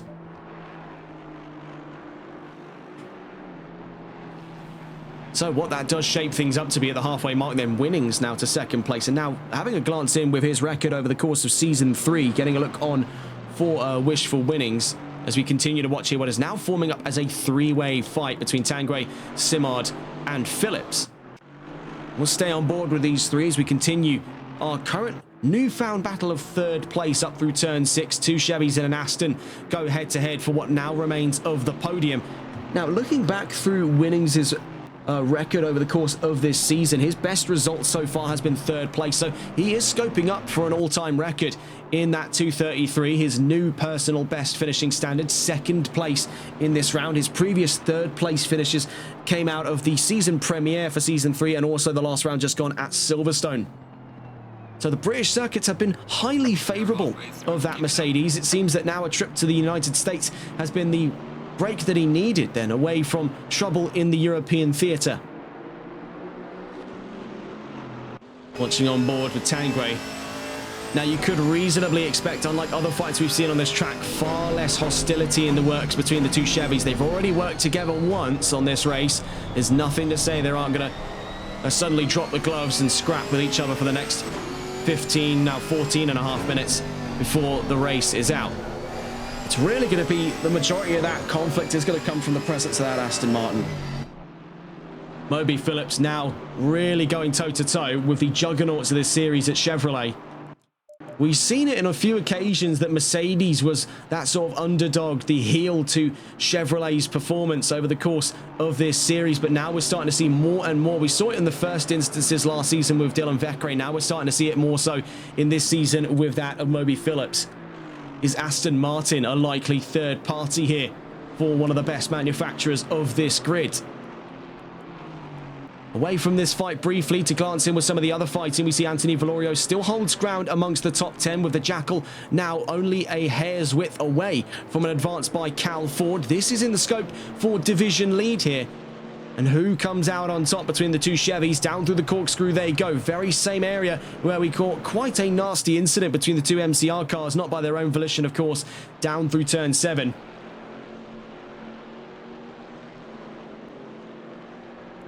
Glancing quickly back in here to see that three-way fight for third. Currently no news then on any overtakes in the works here, so back on board to that leading fight for the AMs as we see a bit of a wide run there by the Jackal. It's nearly contact and it does crunch up what is now a 3-car pack. Could be 4 cars with the presence of Byron Forrest just in the background in 11th place. Chasing down through to the Andretti hairpin. What can the Jackal do to hold off an advance here by Cal Ford? Down through to Andretti. The 484 trying for a much more aggressive second part of the corner, but he has got that Alpine parked almost on his rear quarters there on the exit of turn 2. Looking for chances up through turn 3. This is where things could get dicey. Of course, we've seen cars, especially Chevrolets, up off of 2 wheels in this section of the track. He dare not fly too close to the side, otherwise something like that might happen. Now, albeit nowhere near as extreme the case as we saw for the 120 earlier on in this race, but definitely we're playing with fire when it comes to the Chevys down at turn 4. Recent news then for that fight of third place as it starts to dissipate. 8 tenths between Phillips and Tanguay, 6 tenths between Tanguay and Simard. This is the new focal point of racing today as we see a much wider line on the exit of turn 6. Has invited in a possible advance here by the 41 of Anthony Valorio. He's looking for the inside at the corkscrew. Still hugs the inside line there. Byron Forrest right behind him. It's contact between the 41 and the 828. The 41 turned around by the Chevy. Down at the corkscrew.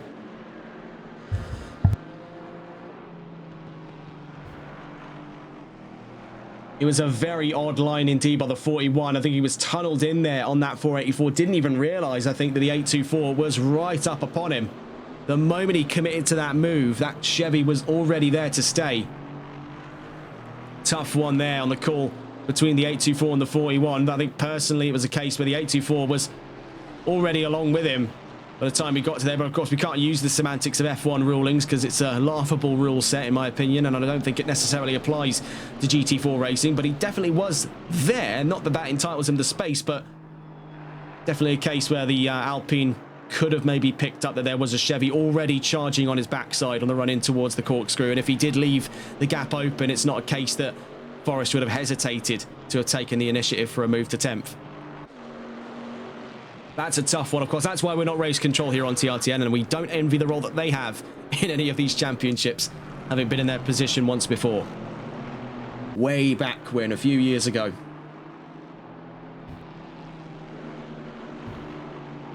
Looking back in here, Tanguay v Simard. Phillips still in tow. As we start to see those gaps slowly progress closer and closer to one another, we're starting to see the concertina between these three crunch in now in the last 10 minutes approaching here of race 1 or 2. Still no telling where this could go. Of course, when you come to expect the history between these two drivers, Simard and Tanguay, both came into the series roughly around the same time as one another. Tanguay started his journey off with Aston Martin, if memory serves correctly. Actually, it was a case... No, hang on. It was a case where Tanguay has been around a little while longer here than Simard. Simard came into the series, I believe, not long after the Jaguars wrapped up the GT3 Revival Series here on Competizione Performance League. A very remarkable chapter. Do hope to see something like that in the works again in the future. Though, of course, we don't currently know of any projects along those lines. We do know of some other ones being floated right now, but we're not at liberty to divulge that information until we have a more concrete understanding of what is to follow. But know that there are quite a few hands at the wheel on a very special project here, still in the talks. We here at TRTN have already been kept in the loop about it, and we'll keep you in the loop as and when information becomes official. Watching, though, in with Simard v Tanguay. They're getting closer to one another. The history between these two drivers, yes, they are on the same team. They've been behaving so far in this race rather civilly to one another, even giving position over on the exit of Turn 5, as we saw earlier on. But when about do the gloves come off and civility becomes an outmoded concept here on the white-knuckle world of Laguna Seca? Out through Turn 10, in towards Turn 11. Possibly within a chance there to look up the inside, a little too far away to try it. And not looking to put too much of a hamper on his teammate, knowing right behind them there is the challenger of the top 5, Moby Phillips, with the 007 Aston Martin. Now, having a glance in with some of the other fights here, still ongoing. He's fighting for the Jackal, albeit not with Cal Ford. It's with Byron Forrest now, having charged his way back up through the field. Now, it is worth pointing out here for the 824, was nearly plumb last after his incident at Turn 2. Has come out of this one with both arms swinging, and is into that top 10. Moreover, is looking at 8th place right now off of the Jackal as we head to Andretti down at Turn 2. You can see him nosing to the inside. He's playing things a lot more assertively now in his fight with the 999. He's up on the inside, and he's leaving absolutely nothing up to scraps there. That was brutal by Byron Forrest. Left absolutely nothing up to chance there. That was ruthlessly efficient from the 824. Now up and ahead of the 999. Now, this is going to play rather nicely into the Jackal's hands in the long term here. With 8 minutes left to go, he can now sap some of the slipstream off of the faster 824 to keep himself at arm's length away from his rival in the AM category standings here. Cal Ford, who already took a win in this series in the last 2 weeks, now hunting down his second in the AM division here in the first of 2 races at Seca. Looking further down the line, we do have, by looks of things, some fighting to be had here between Stinson and Sanchez. Sanchez now up and ahead of Stinson as she drops to 20th. George Todd has now reconnected to the grid and confirming our suspicions then that the 12 had disconnected in this race. Had that fastest lap. Had it not been the case, he'd be confidently sitting where Winnings is now in second place with Mercedes. Looking in here, Phillips v Tanguay, as Simard continues to peel away from sight. 1.2 seconds now as he puts the burners on for the last 7 minutes of racing. Phillips has really been able to get his elbows out and get stuck into it all here in race 1 of 2. The Aston Martin has been on some phenomenal form here. And it's V8 central in that top 5, whether it's the Mercedes V8 engine seen in both the AMG GT and the Vantage, or if it's the 6.2 litre LT1 found in the Chevy Camaros, currently 1st, 3rd and 4th. When you consider as well for Phillips, when he entered the series 2 weeks ago at round 3 of the championship in Monza, he came away from his first ever race in the top 10. Then in Silverstone slipped down to 11th. This is really somewhat of a 1 step back, 5 steps forward sort of situation, because now he's come way up into the top 5. His first top 5 of the season is only 6 minutes away. And this is some serious pickup from Aston Martin. I don't think we've seen a challenger from Aston Martin like this on this grid since Dylan Vekere in the trailing end of last season. Speaking of Astons, Potvin v Carr, as we see here in the scope of fighting amongst the AM category drivers. As it would stand then, this is currently fighting for 6th place between Potvin and Carr. BPR versus Maloir Racing, and it's 3 Astons there from 15th to 17th. That's 5th through to 7th in division rankings. Out through the corkscrew. 5.5 minutes left to go between the pair.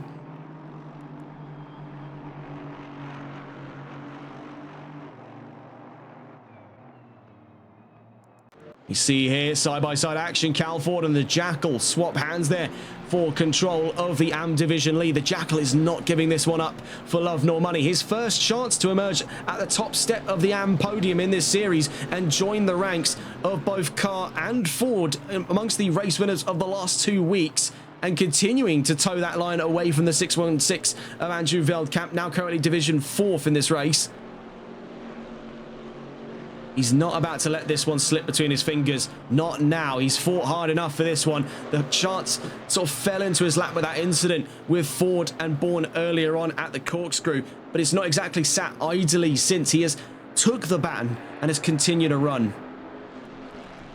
4.5 minutes here. The pressure could not be higher, but that 999 has just got to hunker down and keep, by all means necessary, that 484 behind him, that he may enter those history books here for Season 3.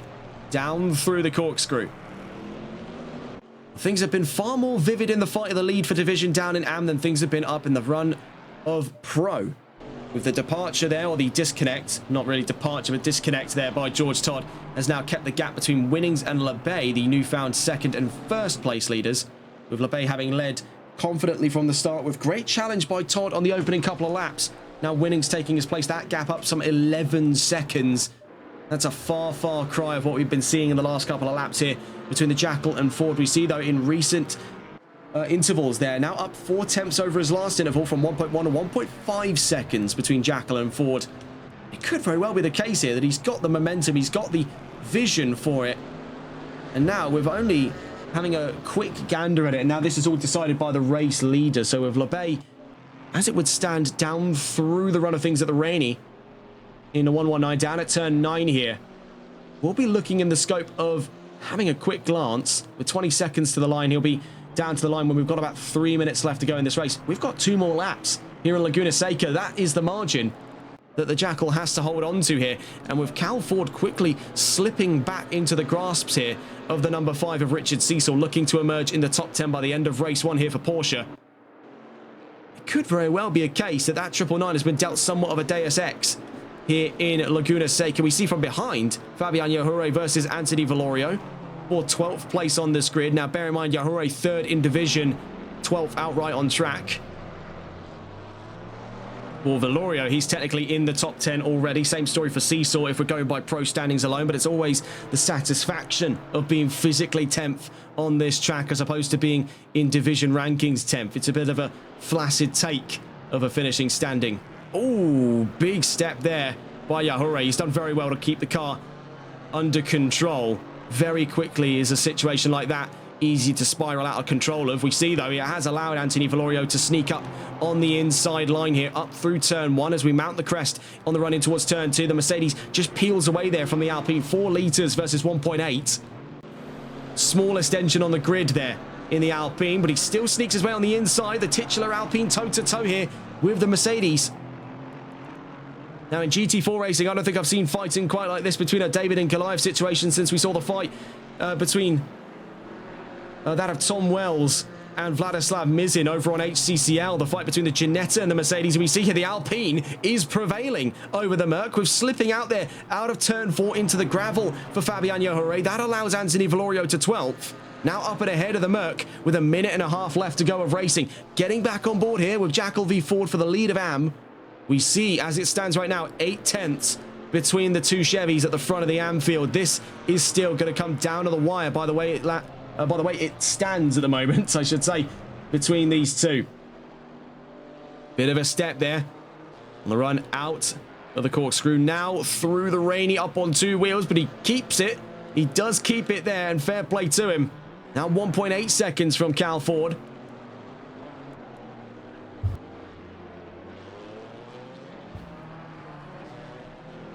In the background of the fight for Ford v Cecil, you can see the aftermath of Valorio v Yahure. Valorio still holds his ground out through turn 11, and even more so there with more struggles for the 28. Getting a quick glance in here. A recent update from the fight of the two Astons down for Division 6th in the AMS. We see here Brandon Carr now up and ahead of Didier Potvin, but running out wide at turn 11. So Potvin sweeps back through up to Division 6th. Getting a look on board here with what's left of the fight for third, as we see now 7 attempts exist between the 120 and the 30. Tanguay behind Simard. For what's left of that podium up in front, you can see by about 3.2 seconds is Wishful Winnings. Karina Stinson in front of him there, allowing him through at the Rainy. He thanks her as he passes. Down through to turn 10. Alright, man. The leader is on the final lap. Give it a final push. So as it would stand, where we thought it'd be 2 more laps, LeBay says, no, let's get a third on board with this. And the 119 really showing the dominant pace that it's had here on this grid. It's almost a pity then that disconnect happened for George Todd, because as it stands, even in the absence of that number 12, LeBay has yet to recapture that fastest lap of the race. So it really did speak volume to how fast that 12 was. It's a pity that that's happened for him, because he could have had a very royal rumble today here in Seca with LeBay. We'll see though what happens for George Todd. He's currently in the pit lane, one of effectively 2 DNFs in this race. Todd and Bourne will get into the final result of things not long from now, as we still have a race to wrap up here in race 1 of 2. It's worth noting that in the fighting for third, things were getting closer for a time there between Simard and Tanguay. But with trouble on the exit of turn 4, that's starting to fall by the wayside. We've seen now recently as well for the Jackal. The red carpet is somewhat being rolled out for him here, because Richard Cecil has now got up and ahead of Cal Ford, who now looks at more pressure from behind by Anthony Valorio, now looking at a chance of 11th after recently escaping the clutches there. The 28 of Fabian Yahure in Division 3rd for the AMS. Well, we're not long from the checkered flag here, catching on board with Christian LeBay. He's led by a country mile here in race 1 of 2. It could have been a more interesting race had Todd not suffered that disconnect, but nonetheless, down to the line goes Christian LeBay. Wins here in Laguna Seca, breaks the tie off of a single round without a race win. Wins in race 1 of 2. Wishful Winnings sees his career best result as he rounds turn 11 to the line here on the run down through to the checkered flag here in race 1 of 2. Winnings in second. Simard only 1.2 seconds behind. Had it been a lap longer, he'd be on top of that Mercedes in the charge for second. Simard third, Tanguay fourth, Moby Phillips. Hats off there to Aston Martin in the top 5. Kevin Quain in 6th, Adam Jeffrey. As it stands there, looking at 7th. Tucked in behind the Chevrolet, I believe there, of I'll have to catch him with who that was, actually. The 84 across the line, Byron Forrest, fought things back there to a top 10 finish. Coming to the line then, the Jackal, your winner in the AM category. His first ever then, 3 new winning names in the AM category. With Cal Ford 2 weeks ago, Brandon Carr the week before. And now, on this day, the Jackal joins their ranks in the AMs. What a result then for that 999. He's fought diligently for that one. He didn't wait idly in the presence of the opportunity generated at the corkscrew. The 999, that gold-clad Chevy, now gold in the AMs. Here in race 1 of 2 around 5. A brilliant result then for the Jackal. Richard Cecil makes a top 10 appearance in brilliant form there with that number 5, carving his way through the Anfield in the Porsche. And much like another car right in front of him there, the Alpine that finished 12th, Anthony Valorio, these two working against the greatest adversity of all under BOP regs today. They have shown that their skill thwarts whatever measurements you can stick on either of those featherweights. And the bottom line of it, though, we'll wait for the full result to roll through. I believe we are spared 1 car here, Brad Peacock, as it would stand. But getting a glance with the rest of the field, LeBay wins in race 1 of 2, winning second, Simard third, Tanguay fourth, Phillips in 5th, Quain 6th, Jeffrey 7th, Forrest in 8th, Jackal 9th, and winning in the AMs there, and Cecil in 10th. Ford in 11th, Valorio 12th, Yahure in 13th, Velkamp 14th, Potvin in 15th, Carr 16th, Peacock 17th as it stands, Sanchez 18th, Stinson 19th, Dupois 20th, and Black in 21st. 2 DNFs in this race as it would stand. That's Bourne and Todd, though questionable there over having, for some reason, not seen the checkered flag is Brad Peacock. We'll have to catch more word on that post-race. But after race 1 of 2 then, let's get a look back on to the regulations for today. We've just come out of 30 minutes of racing here in Laguna Seca. And now rounding the corner into the second and last race here of round 5. Again, no mandatory pit stop required as per the same regs we just experienced over 30 minutes of vivid racing here in Laguna Seca. The last stop then for round 5. And I believe second to last visit to the double sprint format. Our next opportunity will come up at round 8 at the Circuit Zandvoort over in the Netherlands for the penultimate round of the season. So having a look at those full results there, now you can get a bit more of an up-to-date look of everything. But the bottom line, your division winners there for race 1 in the Pro category, Christian Lebay. In the AM category, a brand new winner, the Jackal, in the 999 Chevrolet. A clean sweep then across both categories for Chevy, wins in both categories, but for the podium, that is not one so easily decided, as it's 2 Chevys and a Mercedes on both categories, albeit in different orders, with a Chevy 1-2 in the AMs, I should say, with Mercedes in third, and then in the Pros, it's a Chevy 1-3 with Mercedes in the middle.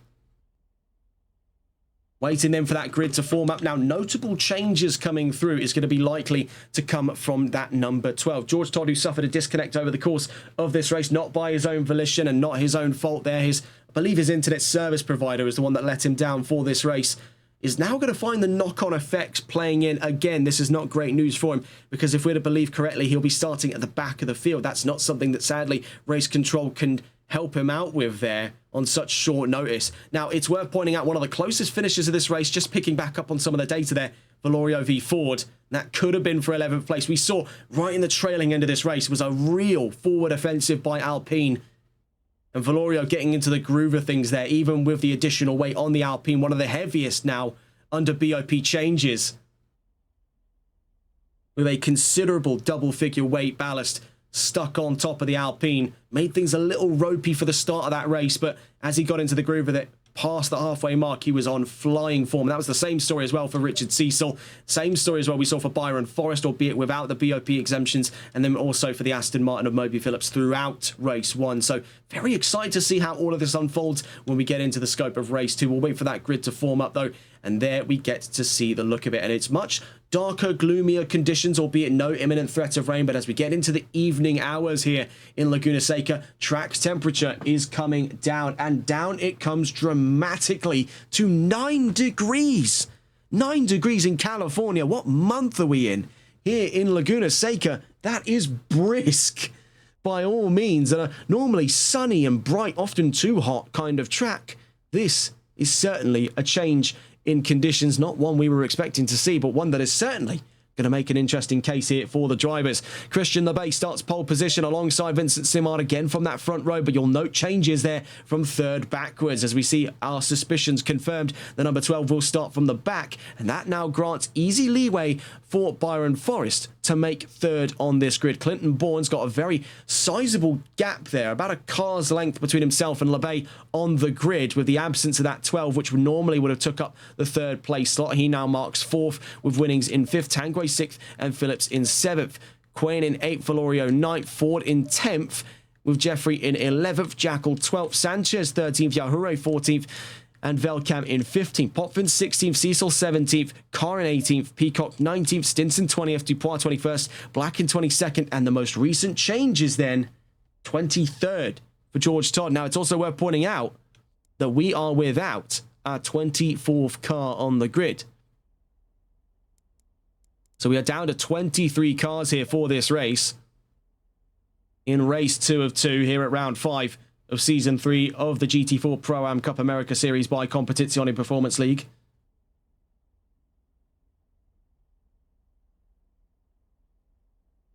We wait here with about a minute left to go for the start of the last formation lap on what has already been a very solid opening act here in Laguna Seca off of race 1. Bright sunny conditions now met with darker, colder conditions by stark contrast.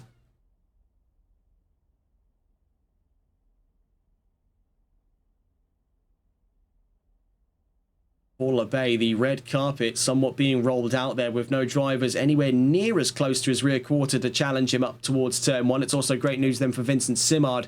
We saw the beginning of his problems occur when he was swamped in down at Andretti by the number 12 on the start of race 1. So he's going to have a decent chance to make amends with that on the start of race 2. We see the lights already firing up on many a car in this grid. We're trying to catch on board though with the leading Chevrolet. The 119 then back on board with Christian Lebay, who will lead us away now in the absence of George Todd that would have normally been parked right on his rear bumper for the race start.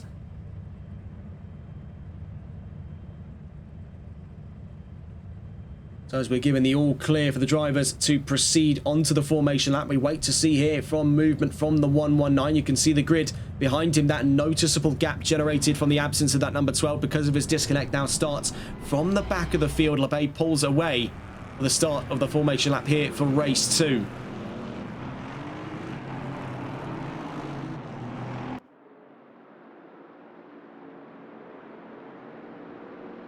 Definitely some drivers to keep an eye out for in this race. We already saw it there from the Jackal. Last race's division winner there. His first ever AM category win in this season. Now joins the ranks of Veldkamp, Carr, and Ford as winning drivers in the AM division since its introduction for Season 3. It's also worth definitely keeping an eye out there for having a glance around to see him. The 824 of Byron Forrest. Now, he was caught up in a very early doors incident out of lap 1 into corner number 2 at the Andretti hairpin. Things did not go his way on that race start, but with a little bit more space to be found here on the starting grid, Forrest could absolutely make a sizable charge amongst that podium. Starts, as it would stand here, 3rd place in the absence of that number 12. With a bit more space to play with there between his two fellow Chevrolets. Simard up in front of him and Bourne out behind him. Things could get very, very spicy inside of that top 4.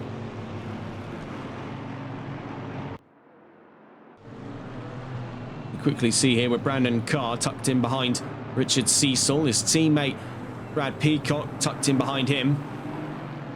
We did see as well in the trailing end of race 1 some interesting fighting between Potvin and Carr, the two Astons going head-to-head for what was at the time Division 6th in the AMS. Getting back on board though with LeBay. The real talk of things is going to be again up in that top 3 rows, but that are now only comprising 5 cars. 4 of which manufactured by Chevrolet. So where they were denied the opportunity to go in formation all the way to the line for the pros, they definitely stand upon the chances. Now you see almost this rolling thunder flight here between these 4 Chevys of LeBay, Simard, Forrest and Bourne. 3 Malwar cars and 1 car from MCR on the run out through turn 10.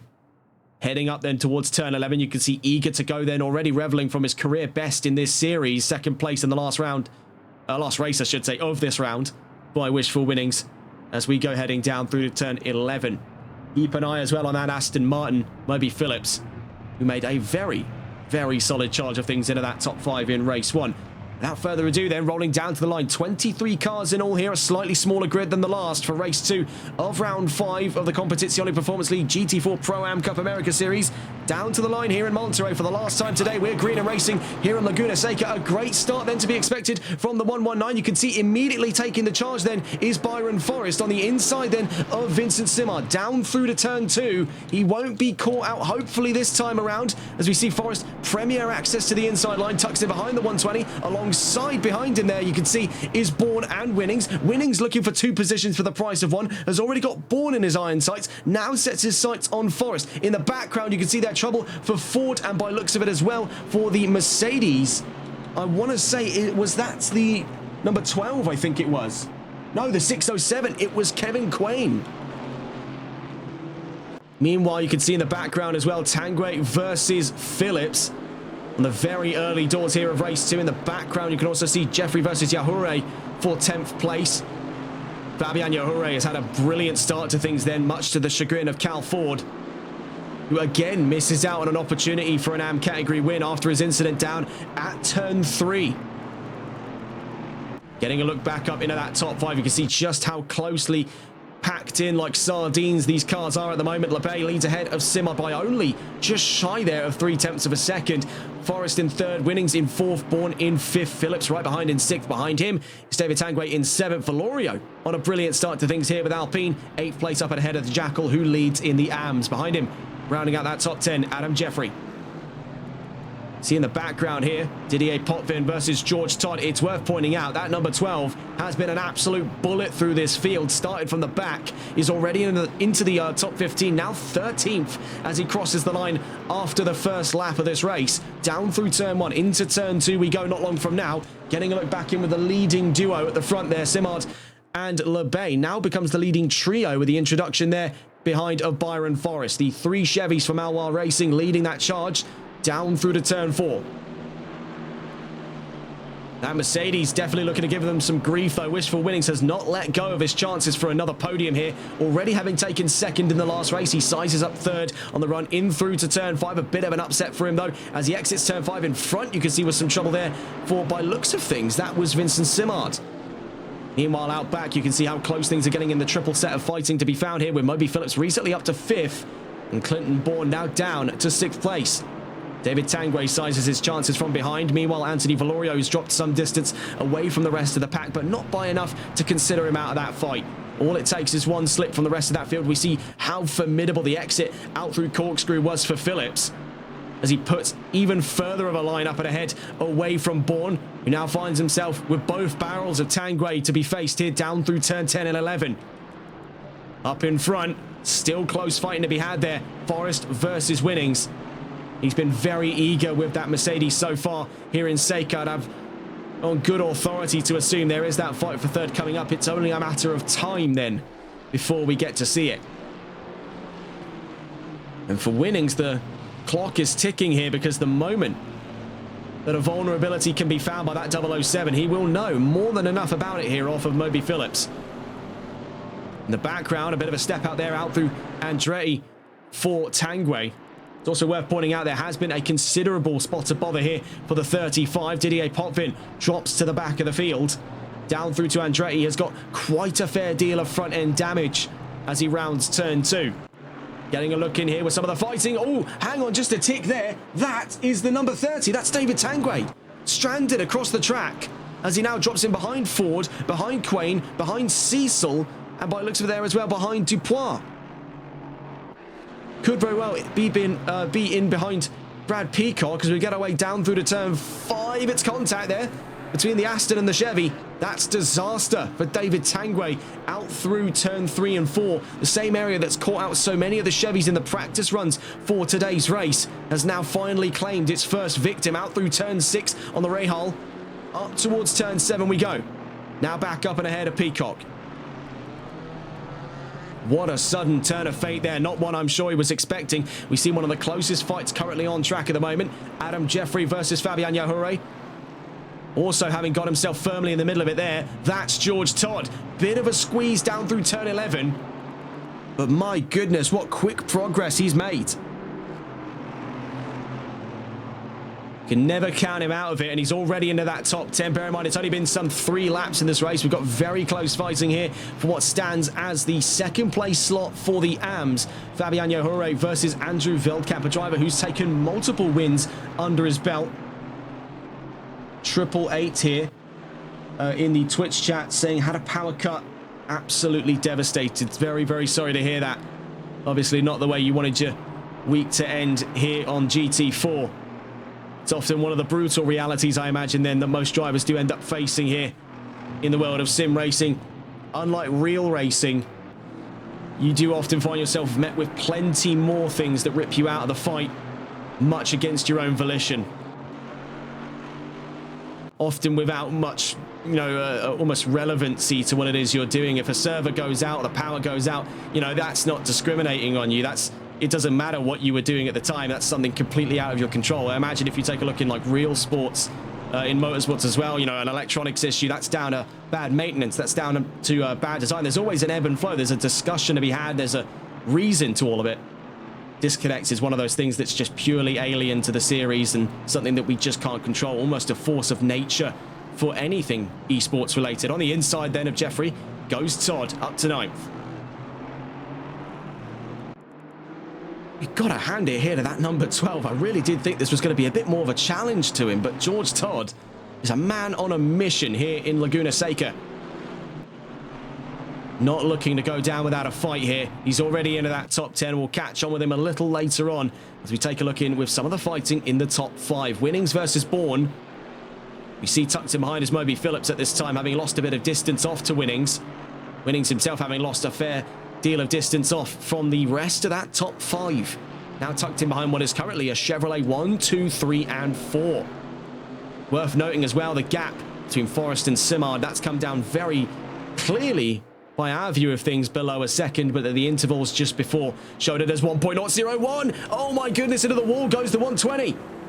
Vincent Simard slipped out on the Rahal straight, is into the tyre barriers. Byron Forrest advances to second, Clinton Bourne to third, Wishful Winnings to fourth, Moby Phillips to fifth. Down through the corkscrew, it is disaster again for the Malois Chevrolets.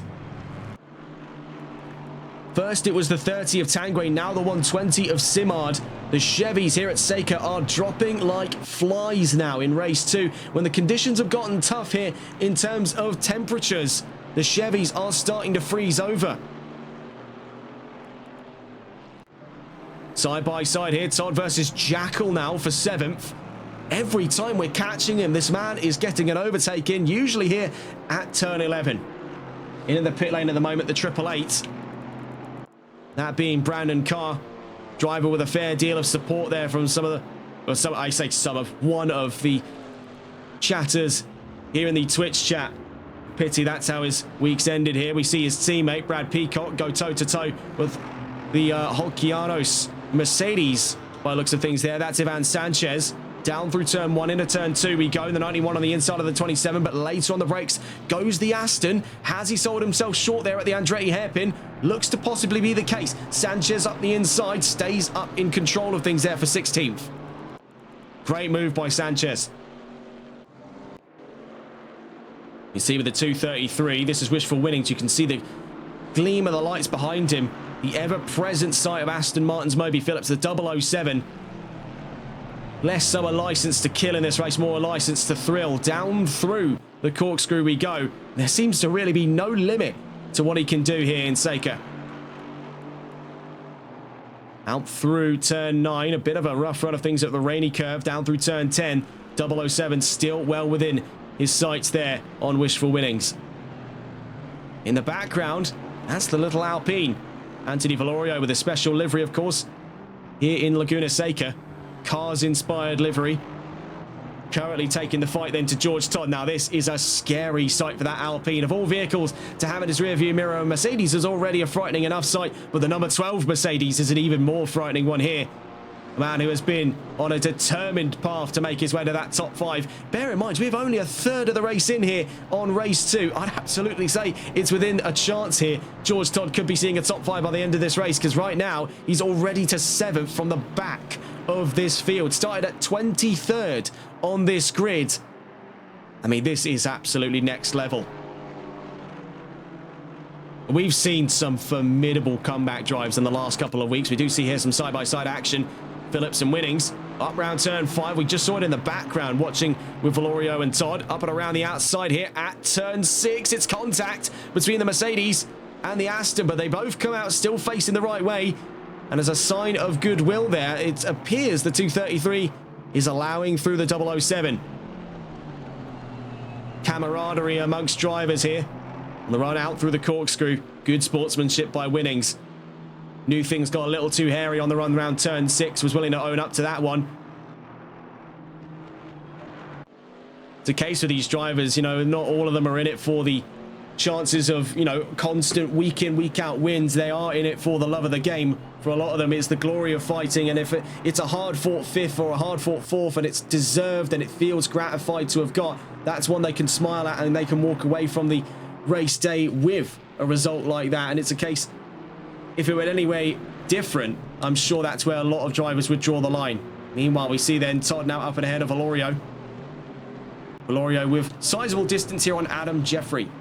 A driver that seldom spoke about on this grid, of course, made his debut at round 2 of the championship, then took sabbatical for round 3, came back for round 4 in Silverstone. His best result was 8th place in the first of 2 double sprint races in Imola at round 2. And then when he returned for Silverstone, Jeffrey finished 15th on this grid. in the pro standings. But right now, like we've seen in recent memory on today, he's looking at a doubleheader of some phenomenal results, mirroring his first ever entry to Season 3 back in Imola round 2. Looking in here with the leading three as we get closer to the halfway mark. LeBay leads ahead of Forest on your screens at the moment. The 824, 4.747 seconds away. 1.8 seconds clear of Clinton Bourne in third. It's a Chevy 1-2-3. Moby Phillips now to fourth with winnings in fifth. George Todd, he's closing in at a fast rate of knots, and it is frightening to see how well he's working against the odds here on this grid. That Mercedes is moving in ways I could not possibly fathom here in GT4 racing.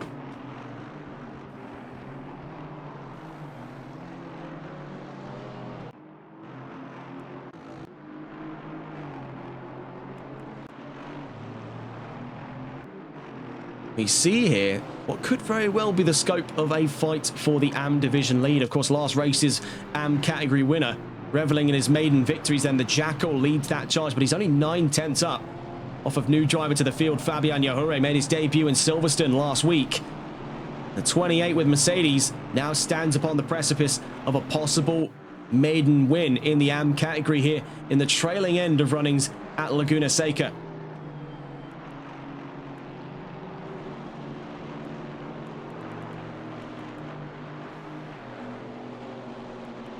We'll go to catch on board with these two. I think this is definitely where things are starting to hot up in the talks of fights for position. We'll go to catch on board here with Fabian Yahure.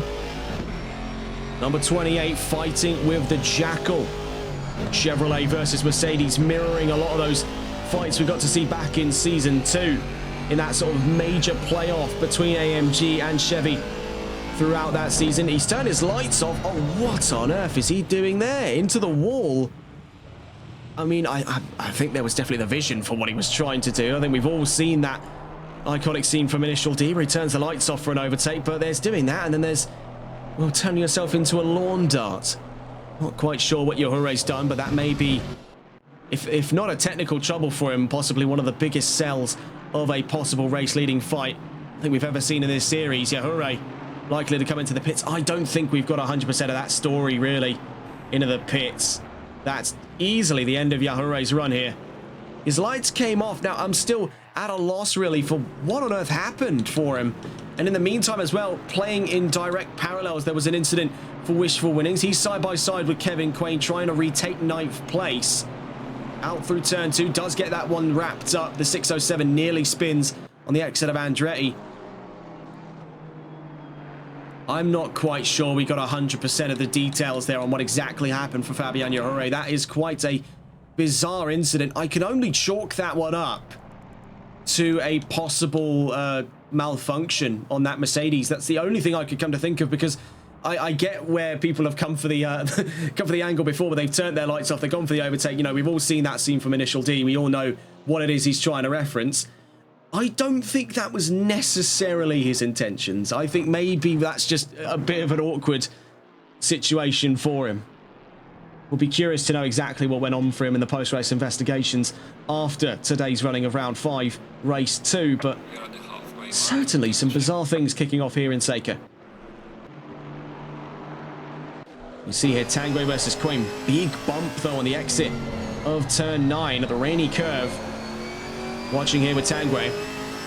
He suffered early doors issues in this race, now looking to reclaim some ground in that top 10.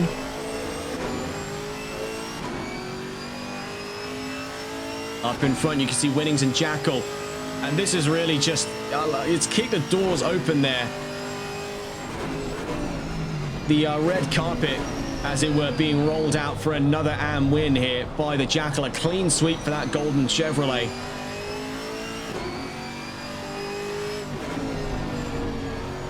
It's the Plums in chat. That's otherwise, I believe, Josh Christ-Foyt joining us there, who competed last week in a very controversial running at Silverstone. Oh, my word, having a look up there in front. Big trouble for the two Mercedes cars, but the Plum saying likely he had damage going into the corner. So when he hit the brakes, his lights went out. And that is a curious take of it. I've rarely seen something like that happen before. Definitely did outbrake himself. I'm not going to deny that one, but I think there might have been something going on behind the scenes there as we see Tanguay just slides on through to 10th place after Quain runs out wide on turn 6 up the Rahal straight. Now this has since upgraded as we see here side-by-side action with the Jackal now having lost out grounds to Wishful Winnings physically on track, still holds the lead of the AMs. Right now fighting for 9th down through turn 9 at the Rainy Curve. Two Chevrolets head-to-head as we head in towards turn 10. Around the outside then at turn 10 with the 607 still blaring on his rear bumper.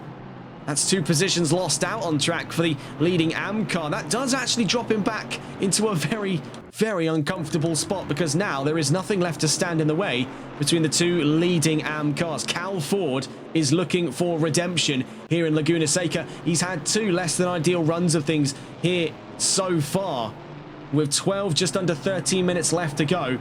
Definitely could be a case here. The 484 could be seeing some revenge at a possible second AM category win. Now both of these drivers, division winners in their own respect. The 2 Chevys, oh no, don't tell me. Oh, hang on a tick there. I'm not 100% sure what's gone on for him. So yes, he's reconnected. That's why his lights appear off. So that's on his end. That's all totally fine. But from our end, he's in the blind. Looking here with Quain, Tanguay, and Winnings. Super close runnings of things down towards turn 6. Let's go and catch on board with these 3 here. I want to catch on board more than specifically than with the Mercedes on the rear end of that fight. Kevin Quain, a driver who's been a more than capable talent on this field in his career in this series. On with the 607, currently fighting as it would stand for 9th place, but he does find himself with a bit of a full plate with that Chevrolet charging up from behind. We do actually see there Yahore now in our Twitch chat saying, well, that was interesting. Well, we'd be curious to find out, was that somewhat of a technical malfunction? Whilst we've got the opportunity to sort of have a word there whilst we watch on with this fight for 9th place between Quain and Tanguay. By proxy is a fight currently on for 8th place with Wishful Winnings out in front. You see there, very late leap there on the brakes. The 607 really overcooking it. Oh, so we see there even more trouble. Double overtake for Kevin Quain, but it all comes asunder at turn 3. It's Bedlam in Sector 1. Having a look at that on the replays just to sort of pick apart where it all went wrong. So we see running out wide went the 30, so Tanguay already stepped out. The 233 was pumping the brakes, I believe possibly implicated in some kind of incident. The 607 takes that as an opportunity to run around the outside, goes onto the gravel. The 999 says, I'll come through and take those positions off you. There's a little bit of a bump there on exit between the 30 and the 607. That is a lot to process, and thank God we have the replay system because that would have been borderline impossible. We see here, still on with Quain, now fighting with his fellow Mercedes down through to the corkscrew. Winnings runs out wide, down at turn 7 and turn 8, rejoining there alongside him. We see up in front, getting a look there, goes through Tanguay versus Jackal for 8th place. A lot of fighting here in towards the back of the top 10. 10 minutes left to go.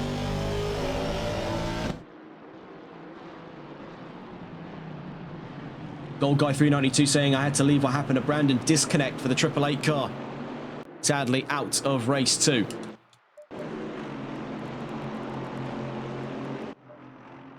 Actually, we do see as well for Carr.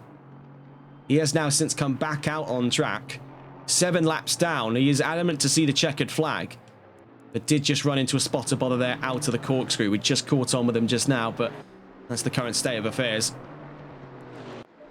So with 10 minutes left to go, 9.5 to be more specific. Getting a current look at the grid as we see even more confounded troubles here for the Jackal, who now drops away from the AM lead after trouble down at the Andretti hairpin and turn 3. It's Cal Ford who now leads in AMs. And getting a look at things at the moment, LeBay leads in this race so far. Byron Forrest in second. Moby Phillips is now 3rd place in this race, much to the chagrin of the Chevrolets that formerly occupied 3rd and 4th, that being the 120 and the 30 for some time. Also the number 6 in the fray of it as well. He now drops to the back of the top 5. It's George Todd to 4th in this race. He started 23rd. He's up the scope of some 19 positions there, roughly. That is absolutely unheard of in this series. Now, we've seen in a few different series, including the Competizione Performance League World Series, were some phenomenal comeback drives, but I think we were long overdue one for the GT4s. Get a glance at this one here for George Todd. What a show he's put on so far. 8.5 minutes left to go in this race. Now 4th. Valorio 6th. Jeffrey 7th. Tanguay in 8th. Quain 9th. And Simard rounds out that top 10. An all-pro top 10 at the moment. It's only once we get to the 11th place spot that we see here the look of things for the lead of Am. We see leaping up the inside goes Wishful Winnings. And it was a bit of an elbows out approach, but he has got that one tucked in for 11th. Cal Ford now down to 12th. Nothing left to stand in the way between himself and his rival in the AM category, the Jackal, who won in the last race here at Seca in race 1 of 2 for round 5. Here in race 2, it's going to come down to the wire, so it appears, between the two Chevys. Ford leading in category there in the AMs. Jackal second, both of them 12th and 13th overall. Sanchez 14th, Velkamp 15th. Cecil in 16th, Peacock 17th, Dupois 18th, Stinson 19th, and Potvin in 20th. Yahure out of this race, so it appears. Car, despite being multiple laps down due to a disconnect, will continue on track to likely see the checkered flag black also out of this race as it would stand in the 707. Nearest fights going on at the moment. We see one among them inside of that top 10 here. Jeffrey versus Valorio. We also get to see towards the back of the top 10, Quain versus Simard. Outside of that top 10, definitely the discussion here of Ford v Winnings. Moreover, Jackal versus Winnings now, as we see Winnings drop in behind Cal Ford. That buffer zone previously squished down by the move at the Andretti hairpin by the 233 has come apart at the seams as we enter turn 11. Also to consider here, fighting between Cecil and Peacock. This is for 16th on track. Cecil's been struggling with the regulations here. BOP has not been kind to Porsche in this race. He put on a formidable show of things in race 1. Race 2, you can see, though, a far more battered state of affairs on that 718.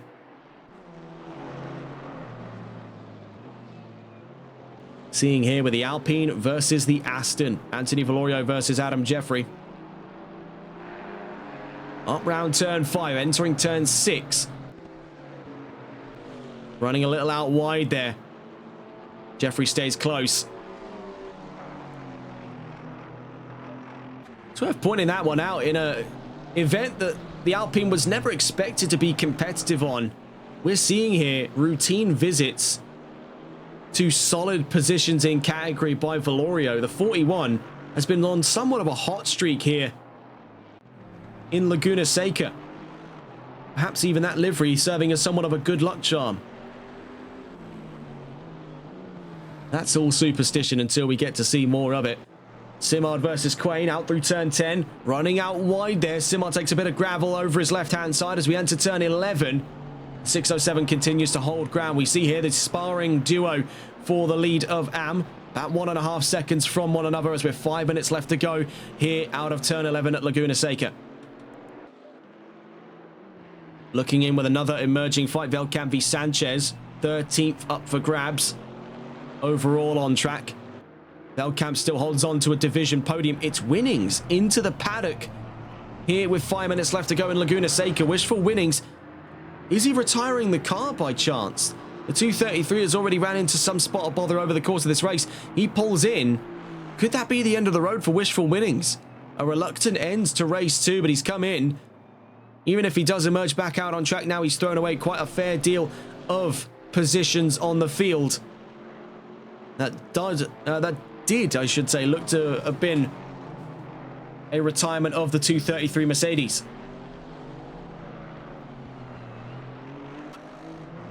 Where one Mercedes falls, another has risen then. That number 12. Now 4th, a little bit of an oversteer stab there for George Todd. He's come up from 23rd on that field. It still boggles my mind here. And that's still, I think it's been the 3rd in just under a week, front to back, of these remarkable comeback drive stories. Now the most recent of which comes here from GT4. You see here the emergence of a fight once again for 6th. Valorio versus Jeffrey. Aston Martin versus Alpine. Another fight as well as we see mounting the crest at turn 1 into turn 2 of the Andretti hairpin, going around the outside the 120 of Vincent Simard over his teammate Kevin Quain, looking for a more aggressive exit of the Andretti hairpin. But he still finds himself playing second fiddle to the Merc. From behind, we see the leading duo of the AMs. The two Chevys here are Ford and Jackal. 3.5 minutes left to go. This is a story that is yet to see its ending. The 484 still holds onto this by a hair's width as we see up and around turn 3. A bit of a bump there on bottom of 2 wheels over the sausage curbs.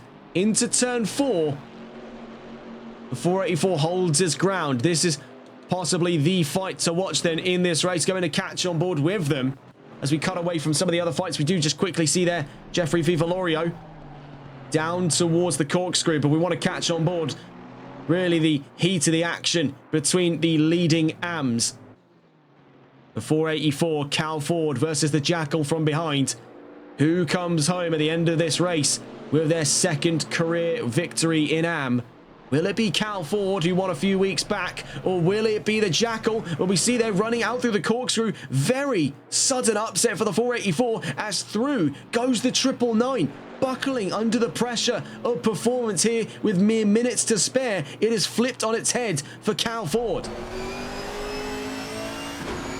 Now, what he's got to try and do, he doesn't need to overdo himself. He doesn't have to try and overexert himself because you can see there the heat is already hot enough and it's contact between the pair. Both of the Chevrolets make contact and it gives a huge wad of distance over to Andrew Veldkamp.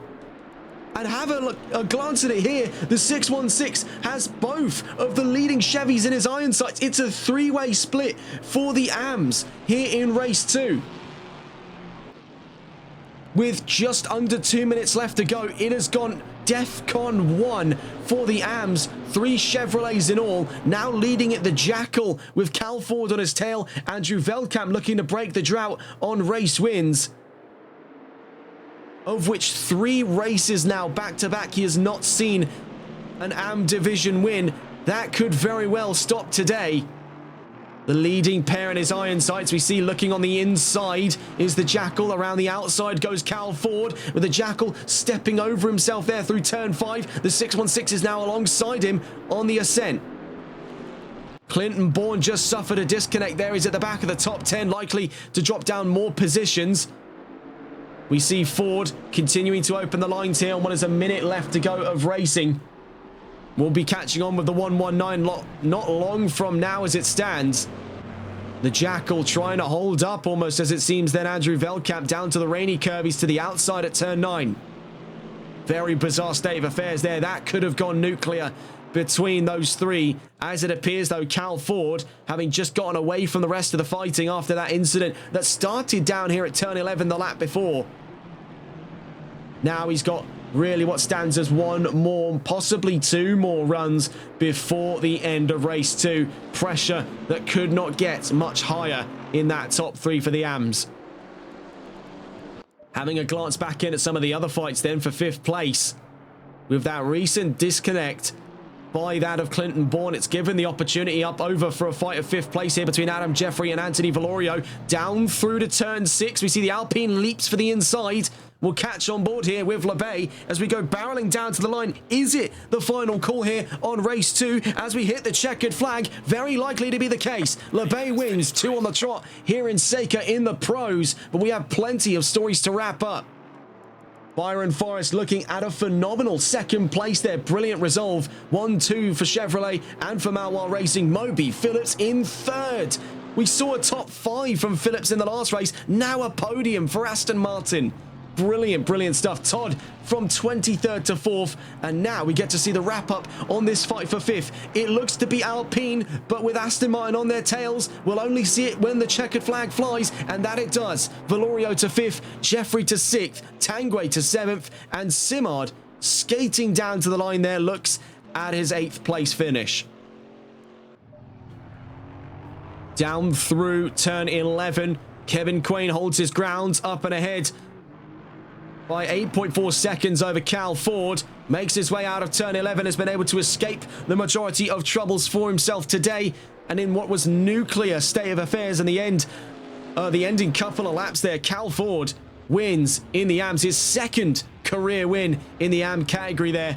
back to the top step for the MCR, number 484. Velkamp makes second in division, Jackal third, Chevy 123 in the AMS.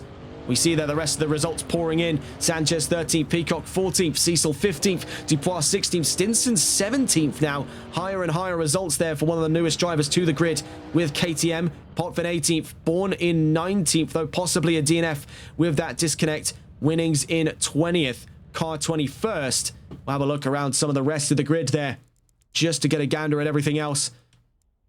So Car 21st, Yahure, Black, and Mals, all DNFs in that race. And again, like we saw as well for Peacock in race 1, questionable on Bourne there with that very late disconnect. Your 2 division winners then for race 2. Christian Lebay, once again, back-to-back wins there out of both races, race 1 and race 2. But Cal Ford claims on his second ever AM career win here in this series. A brilliant resolve there for the 484. So across both races, Lebay wins in both pro runnings, but it's the AMs that saw 2 different results there. The Jackal taking his maiden in race 1, and then on race 2, the second AM division win for Cal Ford. I'd say easy pick of driver of the day there is a coin toss on that second row, but I think I'd have to give it to George Todd. That resolve from 23rd on the grid to 4th, a 19 position leap from only 30 minutes of racing. And if it had been even a smidgen longer, I'd have no doubts in my mind he could have charged at a podium. Honourable mentions, though, as well to Moby Phillips. We've seen what has been a story of constant improvement out of Phillips since his entry to the championship. Taking a look back through his results in the last couple of weeks. Made his debut in Monza for a 10th place finish. Then, in the run of things at Silverstone, was 11th. Then we saw a top 10 finish once again. Now north of 10th place for him in race 1. And now we get to see his first ever podium with Aston. It was a top 5 in race 1, now P3. That does stand grounds for celebrations there. Well, that's the end of runnings here for round 5 of the championship here in the Competizione Performance League GT4 Pro-Am Cup America Series Season 3, powered by Malwar Transport and Assure Action Transport Expert, and live exclusively on TRTN. Joining us then next week, you'll find us over in Leicestershire at the Donington Park circuit for round 6 as we get into the second half of season 3 proper. That brings us in then to the scope of 90 minutes of racing coming up on round 6 on April 14th at 9 p.m. Eastern Standard Time. That's around 1 a.m.